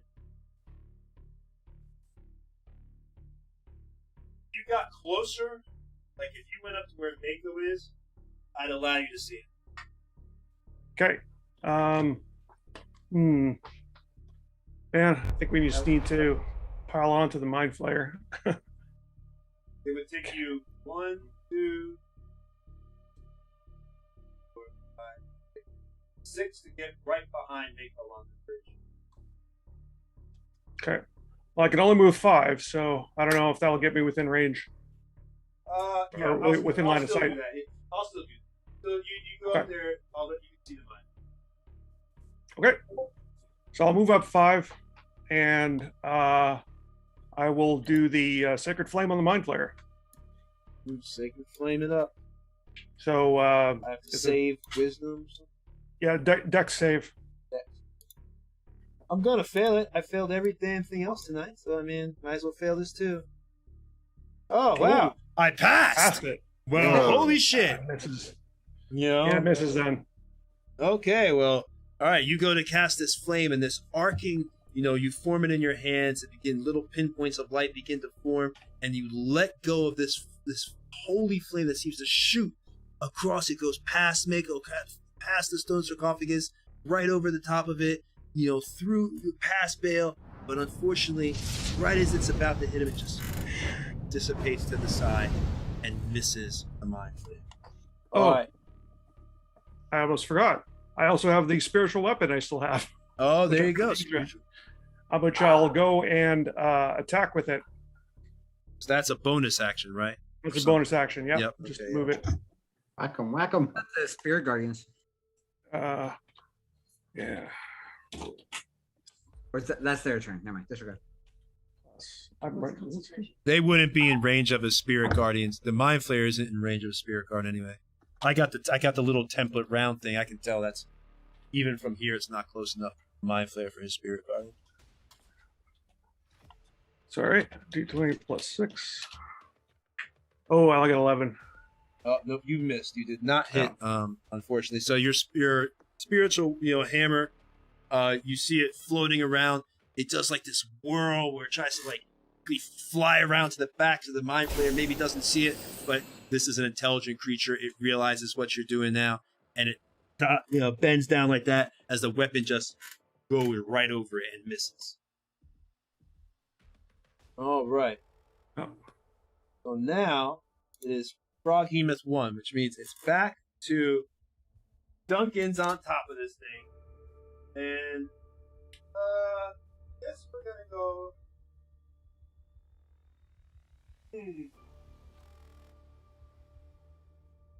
You're moving down there. Duncan's up there. I am gonna roll. Did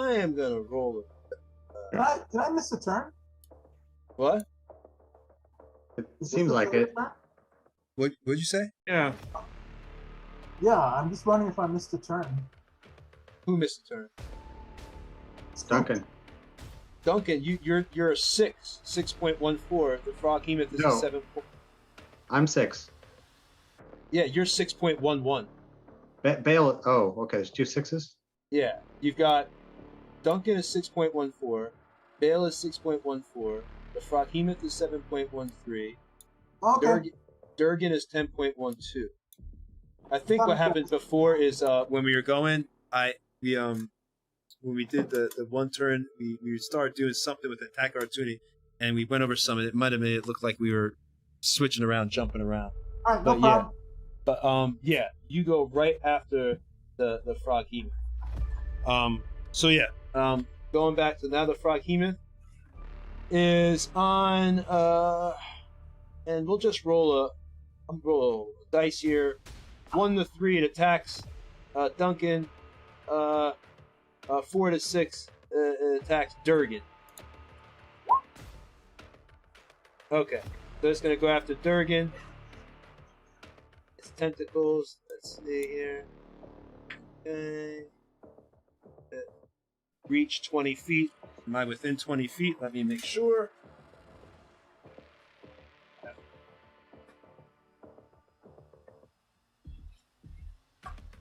Right at 20. All right. So he's on the bridge.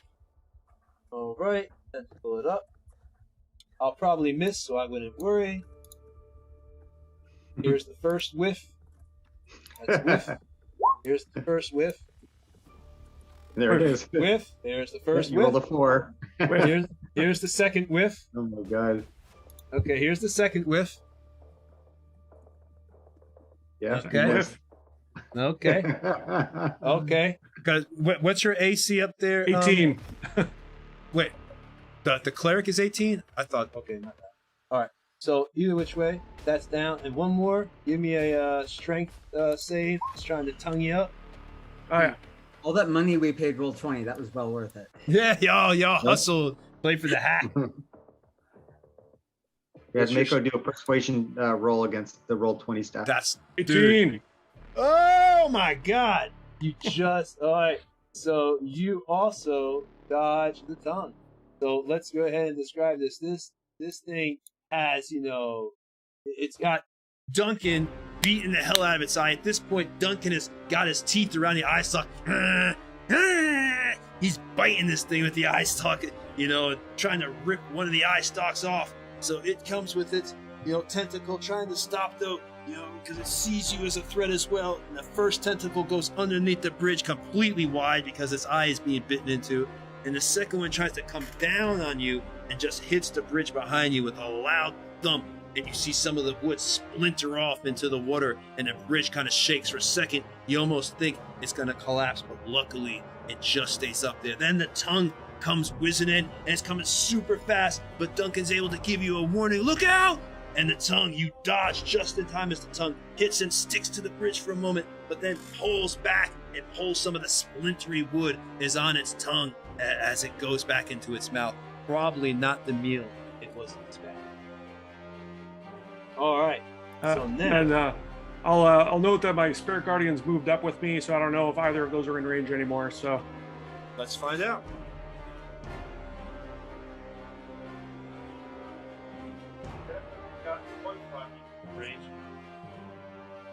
The other one, no. But you definitely got that one. The one that is stunned by the Kai strike of a silhouette is still yours. okay. So yeah, at the start of his turn, it would have to make the wisdom saving throw again. Yep, and that is Froghemoth 1. That's over there.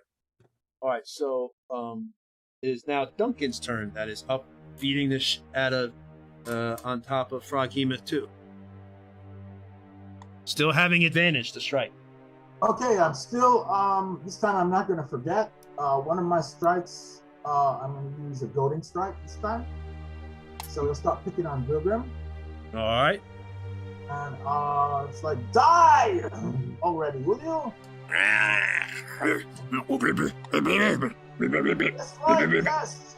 Just give it up. What's your legs? What did you roll? I'm rolling now. Oh, okay. That's a No. hit. Oh, yeah, that does hit. 25. She got that advantage. All right.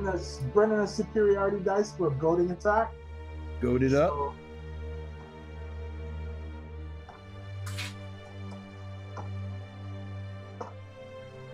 So he needs a 14 to attack anyone but me. Or he needs a 14 wisdom saving throw to attack anyone but me. All right, you got it. And then my second melee attack. All right.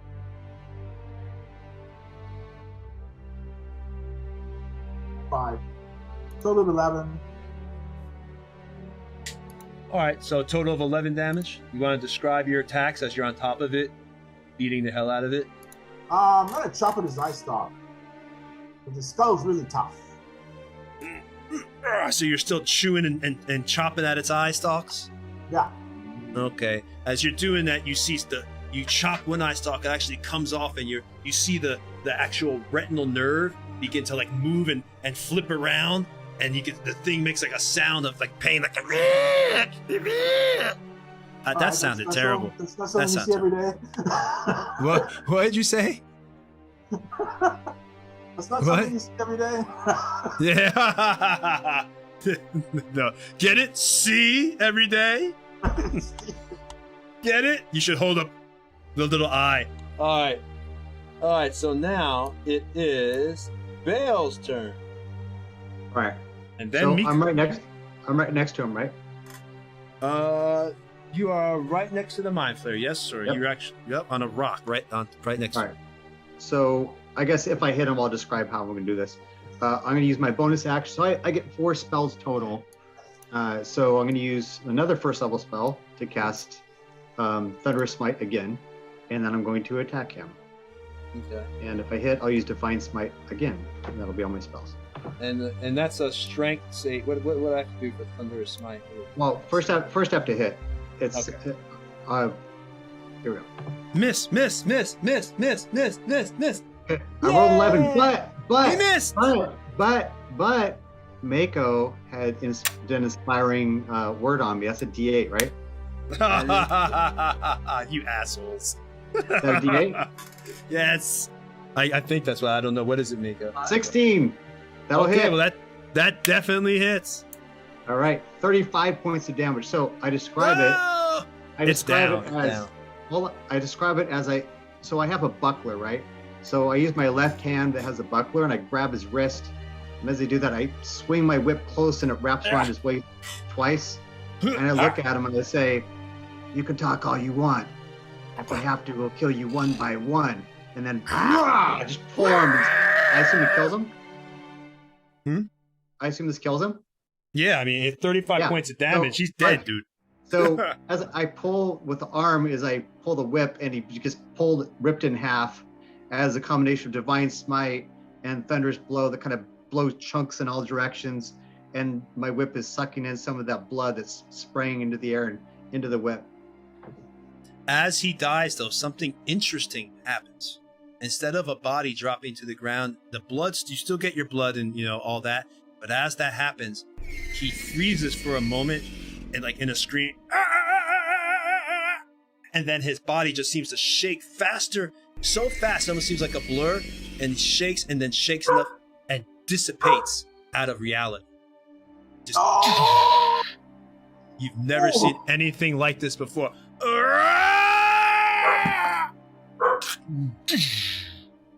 That's not fair. Didn't do that last part. What? He says, I didn't do that last part. Jeez, Bale, he brought him ill omen, that's for sure. He deserves Since he's gone, am I still stunned? Y'all having this conversation while two froghemoths are trying to kill you. Oh, that's right. Huh? Good job, We're like, Bill. over. I like it. I like your style. I like your We go- moves. We go have some ale. We'll just watch the rest of the battle. Can't help but think like we forgot something. All right, so that is Bale's Sure, turn. I say a little help. Oh, yeah. So the Mind Flayer is down. It's gone. His body just... Did the wand drop? No, everything. It phased out. Like, I shouldn't even say phased because you don't know what happened. So you'd have to do investing. You'd have to figure that out. But now that I said it, it's too late. But Am I still stunned? Now that the Mind Flayer is gone? you mean frightened? Frightened, yes. I'm sorry. I would say that the fear. 1 minute. Doesn't say it end just because the person disappeared. So I'd say you're still in fear. You just have to pass your check though. You'll be fine. So you're still running around. The sky's falling. And your eyes open wide, like my stepson said. I'll never forget. He told me this joke, and this is so funny. You have those eyes that go like this. I seen things. I know stuff. I seen it. I know. That's what your eyes are looking like right now. All right, so now it is Silhouette's turn. Hiya! I'm just gonna attack with the remaining stuff I have because I don't have anything else. So it's just two sickle attacks. Beat it down. All right, first up, both of them hit.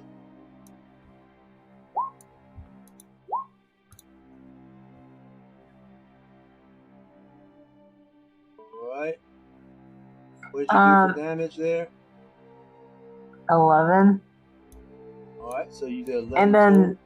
And then since it's still stunned, I'm gonna start backing away from it. Mm-hmm. And I'm just gonna say to Luca, "Time's running out." And then, yeah, that's my turn. Okay, so you're backing away from it. Yeah. All right.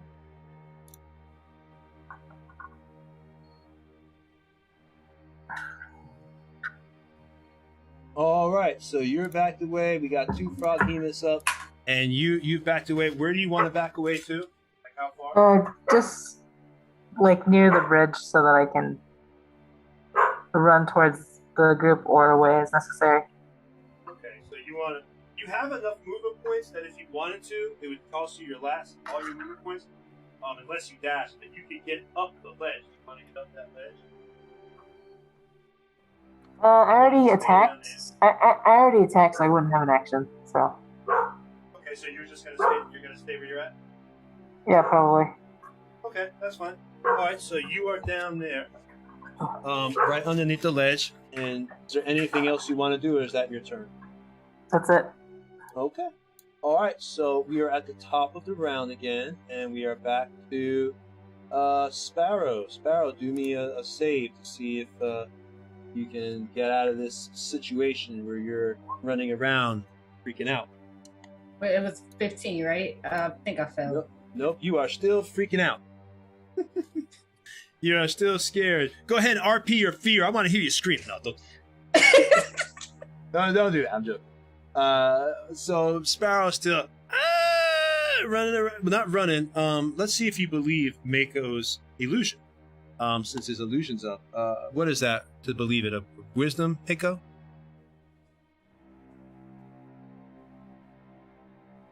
Mako, are you there? Yeah, let me check that out real quick. Sorry. I think it's wisdom, probably DC 15. I think this is weird because if she disbelieves it, then she'll run through it. But if she believes it, she'll leave it there and she won't run through it, right? Yeah, she'll be stuck in it. I believe that. All right. So you're sitting there. You're check. what? It's an intelligence investigation check. Oh, intelligence. Oh, Give me intelligence. Give me intelligence roll. Okay. Yeah. Yeah, no, I believe that. Okay, so on this one, yeah, you actually believe it. The other one you would have disbelieved if it was wisdom, could have gone right through it. This one, since you failed, you believe the illusion, and since it's a stationary illusion, it's not breaking the rules or anything. It's not moving. It's just a solid block. So you believe that this solid block that's been kind of around you is real, and you're freaking out. Assume there's holes in this block so she doesn't begin to think she's suffocated. All right, so she's in there. Ah! And that is your turn. All you can do is scream, encased in rock. That's kind of terrifying. That is terrifying. Yeah, that's like John Jones, that guy who died in the cave. That's terrifying. Come on, Zelda. Yeah, I was really sad about that. All right, so now it is Luca's turn. All right. I will take my hammer and I will strike it. Strike it. Is that pretty good? Is that pretty good? That was pretty good, yeah. Right. I mean, Luca's a way better role player than me, but it was similar. All right. I don't have the character in front of me. So somebody needs to roll does for that me. acid thing again. No, I've been chatting in Twitch, and Luca wants to use the hammer. Groovy. Oh, okay. So somebody want to roll for me, Tony? Oh, what do you I don't need know. roll? I don't know what all bonuses that Luca has. If you have that character sheet, Luca's unless you want to using... just give me control. Yeah, hold on. Oh, +2 to hit. +7. It says +7. Here we go. Okay. Okay, just roll and then +7. Then. All right. I hope Luca's not driving doing all this. All right. We go. All right, Luca. Let's do it. +7. Bang, bang, bang, bang. There it comes. Do it. 23. That'll hit. It definitely hits. And I don't know what the damage bonus is. It's a +1 hammer. No, it's not. Actually. Hold on. The hammer's not magical. I know that. Her damage bonus. Her strength is 16, so it's a +3 bonus damage. And if she's proficient, and it's a two-handed hammer. Oh, D +3. Somebody's paying attention to this. This is awesome. It's as if Luca's actually stuck here. 9 points. 9 points of damage. Oh, right. Doesn't Luca get 2 attacks? Is Luca 5 levels of barbarian? Yeah, barbarian. Sorry. I believe she does get 2 attacks. Luca, do you get 2 attacks? Next level. Okay, no, I love this. All right, you can now use her character sheet anyway. I just put you in the character. Okay, cool. All right, I'm getting all the info anyway. All right, cool. So that was it. All right, so you hit. You did 11 points of damage on that. So let me subtract that. You want to describe your hit here? Yeah. So Luca takes the hand away from the tongue and steps back and leaps right and hits her right in the middle of the face. You see some of the teeth of the frog king, its razor sharp teeth, be knocked out, also with a piece of its gum still attached. So you see this little fleshy pink piece go flying. And once again, it passes by Duncan, who gets hungry. And, There's more where that came from. All right. Oh, that was good for that sounded. Do you know? I didn't even realize that was you doing the impression. I thought it really hurt. All right, so now it is back to Frog Hemoth 2, and that one was the one that was Frog Hemoth 2 was still stunned. So that is no, it should no longer be right. stunned. That's right. You didn't stun it. That's right. That's right. You didn't stun it. So I go back to fashion. Hit. All right. So this one's gonna try to attack. Who's in front? Got Luca right there. So here we go, Luca. Hold on to your butts and pray for the best. I've been whiffing all night, so I don't see why I won't whiff again. Goes to attack Luca and whiff. Whiff. Okay. I know a 14 does not hit you, right, Luca? Or I should say, That is correct. yeah. Darn, that sounds just like. It was Mako that time. Oh wow, Mako's after y'all got Luca now, man. We should all take turns. Yep. That's another whiff. I mean, I rolled 2 14s in a row. Those are 4s. That's what's funny about him. You're rolling 4s. You're literally I'm rolling 4s. like, I mean, dude, this is terrible. All right, now we're gonna try the tongue. Go ahead, Luca. Strength, save me 18 or above. Do you know what Luca was rolling before? Strength. Luca, what's your bonus? Oh, actually, no. I can look in the character sheet. Yeah, I got your character sheet, so you can just roll off the character sheet. Luca. All right, there you go. Okay. Sheets. Strength saving throw, right? You said. Yep, strength. Okay, and not rage. So here we go. Oh, okay. Well, that did not go off. So, Luca, you're being pulled once again towards it. Let's see what happens on the bite. Okay.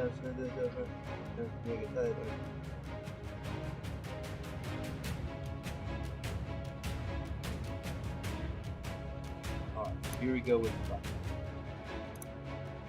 bite. It will be. Uh-oh. No, that is not it. Okay. All right. So let me describe this. The first tentacle, Luca sees, Silhouette has moved away with Chicken. Chicken is bouncing behind Silhouette as they approach the thing. And as she turns, or as he turns, I guess Luca just wasn't paying attention enough. But luckily the tentacles miss, but the tongue hits Luca right in the chest before he can realize what's going on. And that one moment where he took away his concentration, and it pulls him in, and the mouth opens up. Luca tries to hold onto the sides of the mouth, holding like this, trying to prevent himself from being pulled in, calling out to his friend. "Ah!" But there's nothing can be done. His fingers, claw into the lips of the froghemoth, but it doesn't matter. He gets pulled into the maw and swallowed into the froghemoth. And now you've taken 24 damage. Hey, Tony, is he within 60 feet? Is Luca within 60 feet? I'd like to give him a parting heal before he goes bye-bye. Yeah, he's All right, I'll be like, hey, good luck, good travels. I'll throw a healing word his way before he disappears down the gullet. Level 3 healing word. And this is Froghemoth 2, Mako. And Durgan, I'll do the Spirit Guardians right now. Okay. So that'll be 12 points of healing. Okay, let me just finish real quick with what happens to Luca. So Luca, you are swallowed in there. You got 24 points of piercing damage. And now, every time on your turn, and you can get a chance to get out, that's a DC 20. Hold on. It's like a 15 to get out. Strength. Was that 10? Was that 10 points? You said. 12. 12. Yeah. Yeah, almost a full. Somebody look on Discord for me. I don't have Discord open. Exile just posted something, unless it was directly to me. You are Exile, blinded. I don't have Discord. Here. You're blinded and restrained at this point, and you're going to take acid damage at the start of every turn. Pretty sure, like I said, it's a grappling escape, but I can't even see it. I'm going to check when we get back. So let's go ahead, and you are now in there. You're in the gullet. You can't see. This acid is burning your eyes, and you have taken 24 damage. But before you went in, Mako saw you and quickly at least tried to throw a little bit of a heal on you, giving you, 10 points back. At 12. Lucas got tons of hit points, luckily. Lucas got what? Lucas got tons of hit points. Lucas gonna take a vacation. Yeah, just hang out in the frog stomach. Yeah. All right, so right now it is actually Mako's turn. Oh, I had to do the wisdom save for the. Hold on. Oh, and Luca also had 9 temporary hit points, so Yeah, those I- go away plus 12 healing. Yep, I include that. Great. I score an 11, so I take some damage from the spirit guardian. Woo! Yeah. Damn, 19 19 from points. the spirit guardian. Woo! That's a heavy hitter that time. All right, so 19 damage. Oh my God! Do you know if you had just done one more point of damage, you could have possibly knocked Luca out of the stomach. All right, so 19 points comes off that.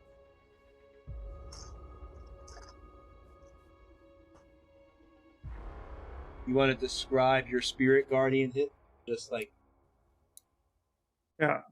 It's it looks like these small kind of frosty spirits, like there's the humanoid spirits that are spiraling around and leaving a kind of a frosty trail behind them, and they kind of keep on like whipping around and then start ripping into the Frogometh, leaving its blood flying out all directions.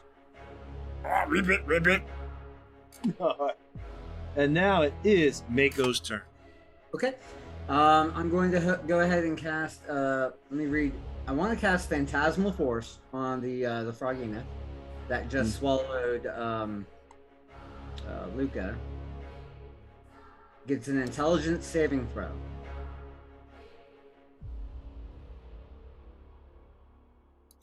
Pretty sure it's gonna fail. This one I got low intel. Pretty sure that failed, right? 14. I believe the DC is it 16? For spell, is it 15. I think it's 15. 15? I'm pretty sure I failed. That's all that matters, unless you have it in front of you. Okay. So now, so the illusion that takes root in his mind is that Luca is a burning ball of magma in its stomach. So it goes ahead and takes, let's see, 1d6 points of psychic damage, and now it's convinced that Luca is a ball of magma inside its gullet. Okay. So it believes it has, and check on that saving throw just to make sure. But I'm pretty sure it's higher. It has to be higher. Yeah. But when you get a chance, just check. Spell save DC is 15. Okay, I thought so. All right, so Luca, and it takes how much damage from that? 6 damage. 6 damage. 6 points of damage. Yep. And now it's psychologically convinced there's a ball of magma in its stomach. Might Smell that magma. That would be smart. It might like magma. Maybe it likes spicy food. You never know. Might like the spicy stuff, man. But that phantasm is actually stationary, so as long it can try and throw up Luca all at once, but the magma illusion is going to be rooted in that location. Yeah, so if I moved somehow, then it'd be okay. But if I don't move, then it's what I'll do, to be fair, because I don't want to make it look like, well, I'm moving just to get out of your spell. That would be a dick move. What I will do is I'll roll the dice, since it's a creature of not high intelligence. When I get to my turn, 1 to 3 it moves, 4 to 6 it stays. Then it's fair. Okay. All right. So let's now move on. Is there anything else you wanted to do, Mako? Is that it, buddy? Nobody else is hurt, right? Not that I know of. Anybody? I'll go ahead and move 30 feet closer towards I get on the bridge between the two froghemoths. Oh, by the way, that was a concentration spell, so Sparrow's illusion now dissipates. All right, so Sparrow, you are no longer under an illusion. That is done.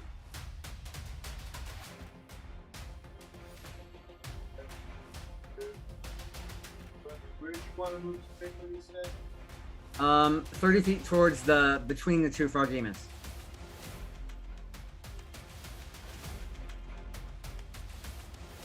Alright, you're right in the middle of them.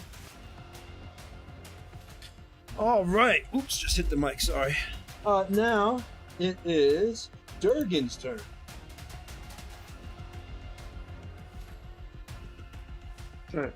My turn. Yep. Okay, I'm gonna move back towards the bridge, right where Mako just moved. So I can get both Froggamouths in range of the Spirit Guardians, and I will then do a Sacred Flame on the Froggamouth that swallowed Luca. So. All right, do a Sacred Flame, and I have to roll. Dex 14 save on the Froggamouths. You've told me that like 5 times. Can you tell I don't remember all the rules perfectly? You tell me 5 times. I still can't remember. Yeah. All right, dexterity. Should have known I was gonna fail.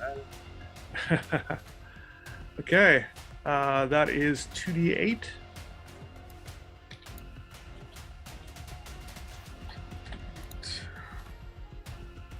Seven. All right. You want to describe your attack? I mean, it's not dead, but you can describe it. As a kind of a frosty flame called down from the heavens down onto the Froggamouth, like hitting him right in the head and going right down towards his core.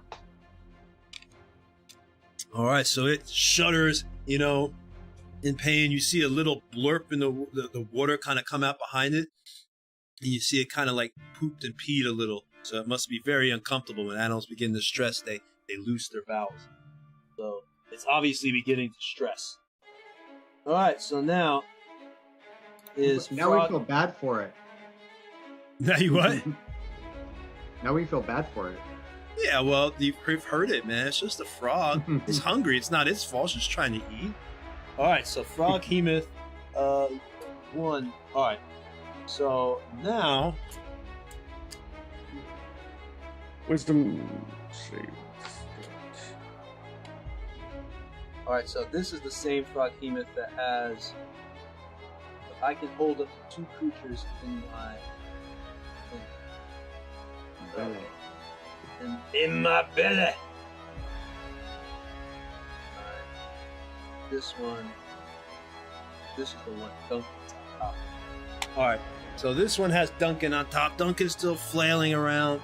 All right, let's see. I got 3 people within range, so we're gonna roll the dice. 1 or 2, it goes after Mako. 3 to 4, it goes after Durgan, and 4 to 6, it goes after Duncan. Duncan, did you get me with the goading though last round? I can't remember. Yep. I think I passed. Yep, I goaded him. Oh, okay. So I am. He needs a 14 or better to attack anyone but you. Okay, 14 wisdom. Yeah. I'll just do it anyway for fun. Don't worry. See what happens. I'll fail anyway. Don't worry. I'll whiff. I always whiff. I whiffed. See, I whiffed. All right, so he's attacking you, and we're doing it up here, and I took 14 damage from that. Ouch! I hate you. All right, so Spirit Guardian. Oh, that was a spirit. Oh, okay, that's right. Let me roll that first. That's the Dex save. Wisdom. I thought it was Dex for Spirit Guardian. Wisdom. All right, Wisdom for Spirit Guardians. Here we go. Miss. Not a miss. What? So it takes half. All right, so I take 7 points. All right. So the same balls of light come up and they go into the frog, and this time you see him actually go into the mouth of the frog, and you see lights inside this Froghemoth as it begins to, the lights pop and burst, and bits of flesh begin to come out from the Froghemoth's mouth and spit onto the land in the embankment. Right in front of Duncan. All right. And now this Froghemoth, since it's still goaded, is going to attack the guy beating the hell out of its eye stalks and punching its head. He's been up there the whole round. I'm going to have to shake. I keep forgetting to shake him off like an ass. In fact, let me do that first. Well, no, I got the attack, so I'll do the attack first. I'll shake him. All right, so 20. You are grappled. You take 19 bludgeoning damage. DC, if you escape, that's a strength to see if you can escape that. But hold on. I'm going to do a contested strength save to see if I can shake you off right now. So I take 19? Yeah, 19 damage. I know that you're going to beat me with that contested strength save, but go ahead and give me a Strength? contested. Yeah, pop me as just a strength. Just click strength. Yep. So you're still hanging on, man. This time, instead of its eye stalk, you literally grab its incisor tooth, and you're holding on into its mouth. Like the whole party is watching Duncan go from his eye, then the thing shakes him up, still grabs his other arm and takes his sword and plunges it into the tooth, so it's still holding on. And you aren't coming off this froghemoth as it's desperately trying to get you off, but it was able to slap you with the tentacle. And now it has you. We'll say this happened after the shake, okay? After he tried to shake and failed, that's when it did the tentacle attack. So now you're actually grappled, and I'll let you see if you can get out in a second. The PC 16 for the grapple, right? Yeah, escape is 16 strength. So do a strength save again, or check your DC. Come on, Scoop. Oh. Okay, so you did not escape that grapple. So it is once now it does another tentacle on you. Actually, that's right. But I have to roll for every single attack. I'd have to roll that 14 or whatever. That wisdom, not wisdom. Yeah, wisdom. It's only at the start of the turn. That's all. Okay, so I can't do. Okay, so the multi-attacks all go against you. Okay, that's Yeah. No, it's only right when he's starting its turn. no problem. If you want to have all the pain on you, I can do that. All right. So, next tentacle attack. You better hope this misses. Oh. Shit. Okay, you're now up to second wind. you're up to 46 points. Not 46 points. 36 points of damage. Right? Oh no, I can't do it. Oh no, 37. Oh no, it is 46. You're up to 46 points. I'm gonna go ahead and throw a healing word on him. As a reaction. Did you already do that this Because round? Luca, that was before. I holy word Luca before my turn. Phantasmal force moved. Okay, New that's round. good. Not a problem. Not a problem. Okay, go for it, bud. So go ahead and heal 7, and remember your 9 temporary hit points from the morning. Oh, from the aid? No, from the Pep talk. pep talk. I did not know Morning, that I had morning. Your morning Wheaties. He gave you your Wheaties and talked to you. 19 plus 9, and then 18 is 28. And you healed me for 7? Right. And you've had a total Down to- right now you're at 36 points from, or excuse me, 46 from the actual damage from the frog, and I still have some attacks to do. I took 29 from the frog. 28 plus 7 is 35. Yep. Minus 29. I have 6 hit points. Okay, well here comes the next one. You're already grappled, so I don't think there's going to be a strength saving throw from the tongue, because he already got you. So now he's just going to try his bite. Pray it misses. Pray. Everybody pray. Ready? I'm clicking. Pray. Hey. Pray. Roll 1. Shit! All right, that is not a miss. It is now, not only did you take 26 points of damage, you're now swallowed in its stomach.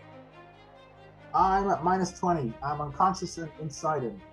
Yeah, You're 0. Oh, you're like technically, I think, insta-dead. No, but, he's not. But we don't do that in this one. We don't do it in 5th edition. But He's at 0. He's Yeah. at 0. There's no negatives, right? yeah, He's at no 0. negatives. They're merciful. So better hurry up and kill this thing. Yes. All right, so now You've watched your friend Duncan, who's gone up there. he's been a hero, beating the hell out of this, holding it back by himself, biting the eye stalk, grabbing the tooth. Just freaking, this is epic shit, man. The bard Mako's writing.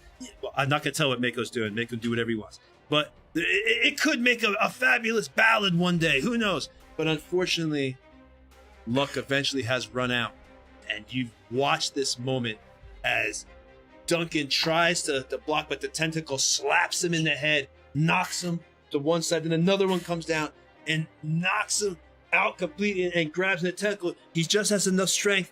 He's trying to come out of this hard hit. When he sees the mouth opening, he puts his hand against the mouth trying to stop, but he can't. and he's absorbed right in. You see his feet go in last as it's sucked down into the maw, and you see the stomach bulge out a little, knowing that Duncan is in there unconscious, being dissolved.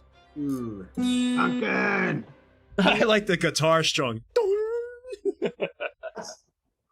Right on time. So me and Luca have been swallowed. All right. So now though, I would say it's Duncan's turn, but it is. So you get a turn to, but no, because you're unconscious, so you get your death save. Yep. So do your death save. Why? Where's the death save? Right on your sheet, it should say death save, like saves under death. It should be right under your hit die. I think it's like a raw D20, and Found it. high is good, low is bad, right? 15 made it. Oh no, did I make it? Yeah. Okay. You got a 15. All right. So you passed. Okay. So you're up with, well, not up, but you're stabilized. So I have two more to make, right? And now, well, I'm trying to debate how we could do this. I would say that I'm going to allow you to still do your save to try to escape. But since you're just, I feel as if That's it should fine. be. I'm unconscious. I mean, So does have to every time he takes damage, it's a failed death saving throw. So at the beginning of the turn, when he takes that acid damage, that's going to be a failed save every single turn. Yeah, I'm trying to You have think. a 3-round clock to get him out of there, or I got a plan. All right. So let's just keep it going then, because I got a plan. you can't get out of there because when you could try to do a save to get out. No, because you're stuck in its stomach. They have to touch you. I got a plan. All right, so they got to get you. All right, so Duncan, you're stuck in there. You're. Oh God, that's even worse, Duncan. If you think about it, at least if you would have died, you never would have known because you've been unconscious. Now you're barely alive in the pitch black darkness, knowing you're going to die of being digested. I think I would have rather stayed alive. I would Anyway, rather be awake so I can at least stab the bastard while I'm inside. But okay, I'm unconscious now. you don't even have the strength to do that at this point. You're just like, All right, so Bale's turn. Go ahead, Bale. How far away am I from that frog? Bale, you are back here. So you're not on the bridge. You are 1, 2, 3, 5, 7. Are you trying to get melee range or just close to the path? I just want to get as close as I can get to it. Let me know how close how far I am. Oh, if you want to get melee it, hit it. Yep. Down there. So, which one? Well, the closest one would be The Duncan's. Yeah, this is all about saving Duncan right now. you can just make it. Have 6. Okay. Okay. So I want to move my 6, and then as for my action. Well, it depends. I guess it'd be an action. Yeah, it has to be an action. I want to yell and run towards it and give it a really big indication that I want to jump into his mouth. You want to jump into the mouth? Are you wanna are you jump- trying to Drax me? Are I'm you jumping trying to into his Guardians of mouth. Galaxy? I'm jumping into his mouth. Okay, all right. How are we gonna? Well, do this? if it will turn and open his mouth for him. If it's like too dumb or doesn't see the opportunity, I won't do that. But if he will turn and accept me when I'm obviously running towards him. Oh, we're gonna roll for this. This is too fun not to roll for it. I'm just trying to figure out how we can roll for it. I'm almost tempted to say, guys, I hate to say this, but it's 11:02. I know we want to finish this battle, but it's pretty late. Let's do it. Okay. Everybody wants to keep going. Let's roll. All right. So Up the to you. roll, unless somebody wants to say they're ready to be done, let's in about 2 minutes, so we gotta take another break. All right. But let's say the roll that you're gonna do to try to get into this thing's mouth for it to accept you. We're gonna call it like a persuasion roll because you're trying to convince it. So you gotta persuade. But it's gonna be Whatever you want me to do. persuasion, and then I'll roll to see if I believe it. I'll roll something against it. I'll just do a charisma against it or something. Go ahead, just roll. I'll just D20 it. I'll just do Incoming. D20. Incoming. Yeah. 17. I'm just gonna roll D20. If I beat it, then he doesn't accept. Oh my god, he whiffed. All right, so you are going in. Describe this, what you say, and how you're convincing this thing to open its mouth. What do you pretend to be a giant fly? Yeah, as I'm running towards it, I go like that, and then I'm running, and my arms are wide, and I bend my legs so you can see I'm coming at it. And I'm gonna jump like a swan dive right into its mouth. All right, so you kid, okay, are now. Just gonna put y'all here next to the frog. Let's say you're still going to take that acid damage then at the start of the round. Be prepared for that. But you are. I can't believe this. Did not expect that as the DM. You have jumped into the frog hemoth's mouth. Definitely weren't prepared. All right, so now it is.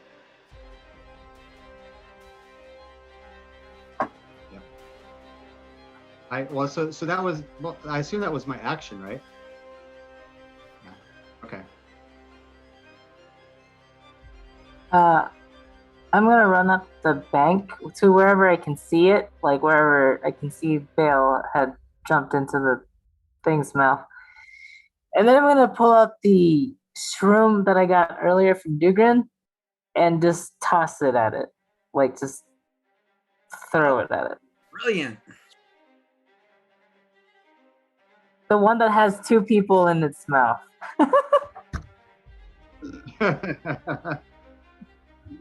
I am throwing the shroom that I got from earlier that supposedly will stun and make things bark.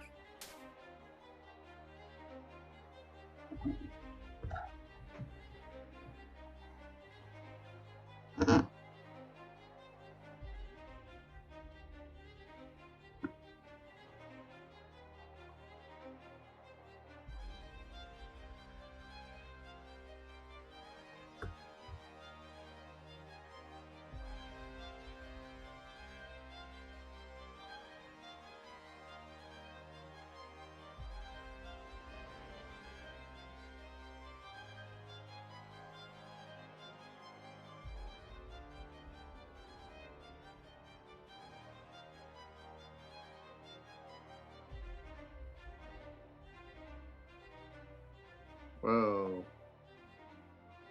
Oh my god. Rip. I guess.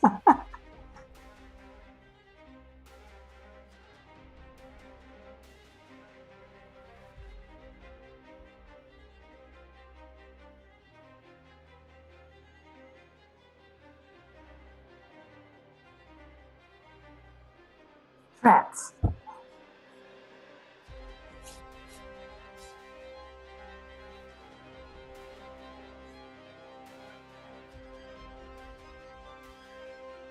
I don't have anything I can do right now, so. Can she throw multiple shrooms with her multiple attack actions? I only got one shroom from earlier.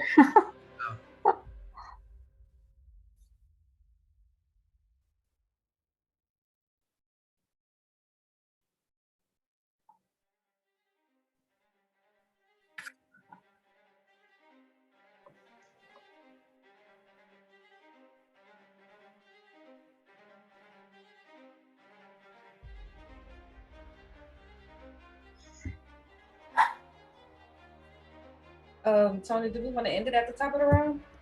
So Stonebox is gone. Concentration. I had to drop.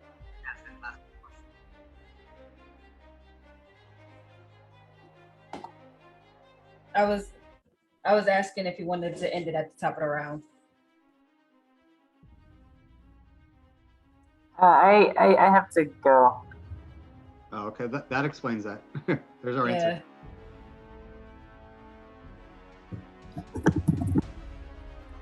Can I roll to see if I still get out before we leave? No. I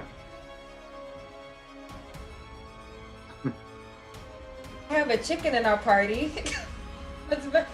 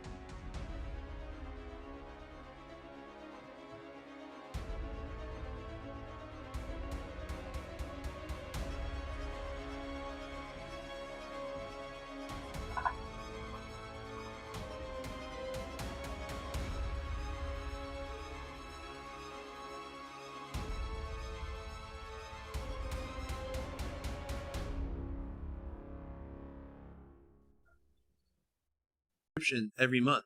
So if you wanted,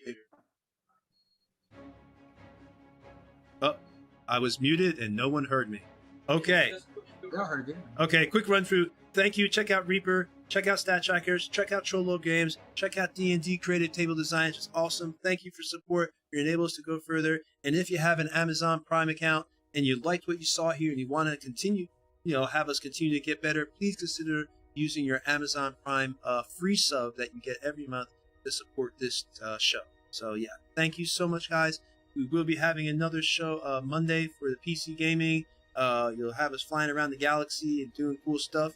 And then next Friday is the Evil Team, and they are down there in the Underdark. And as you saw last time with them, they had just come across a vampire who had greeted them into his lair. So we're gonna get to see what goes down with that vamp. It's gonna be interesting. So thank you for tuning in. Hope y'all had a great time, and we're gonna say bye bye, bye bye, bye bye.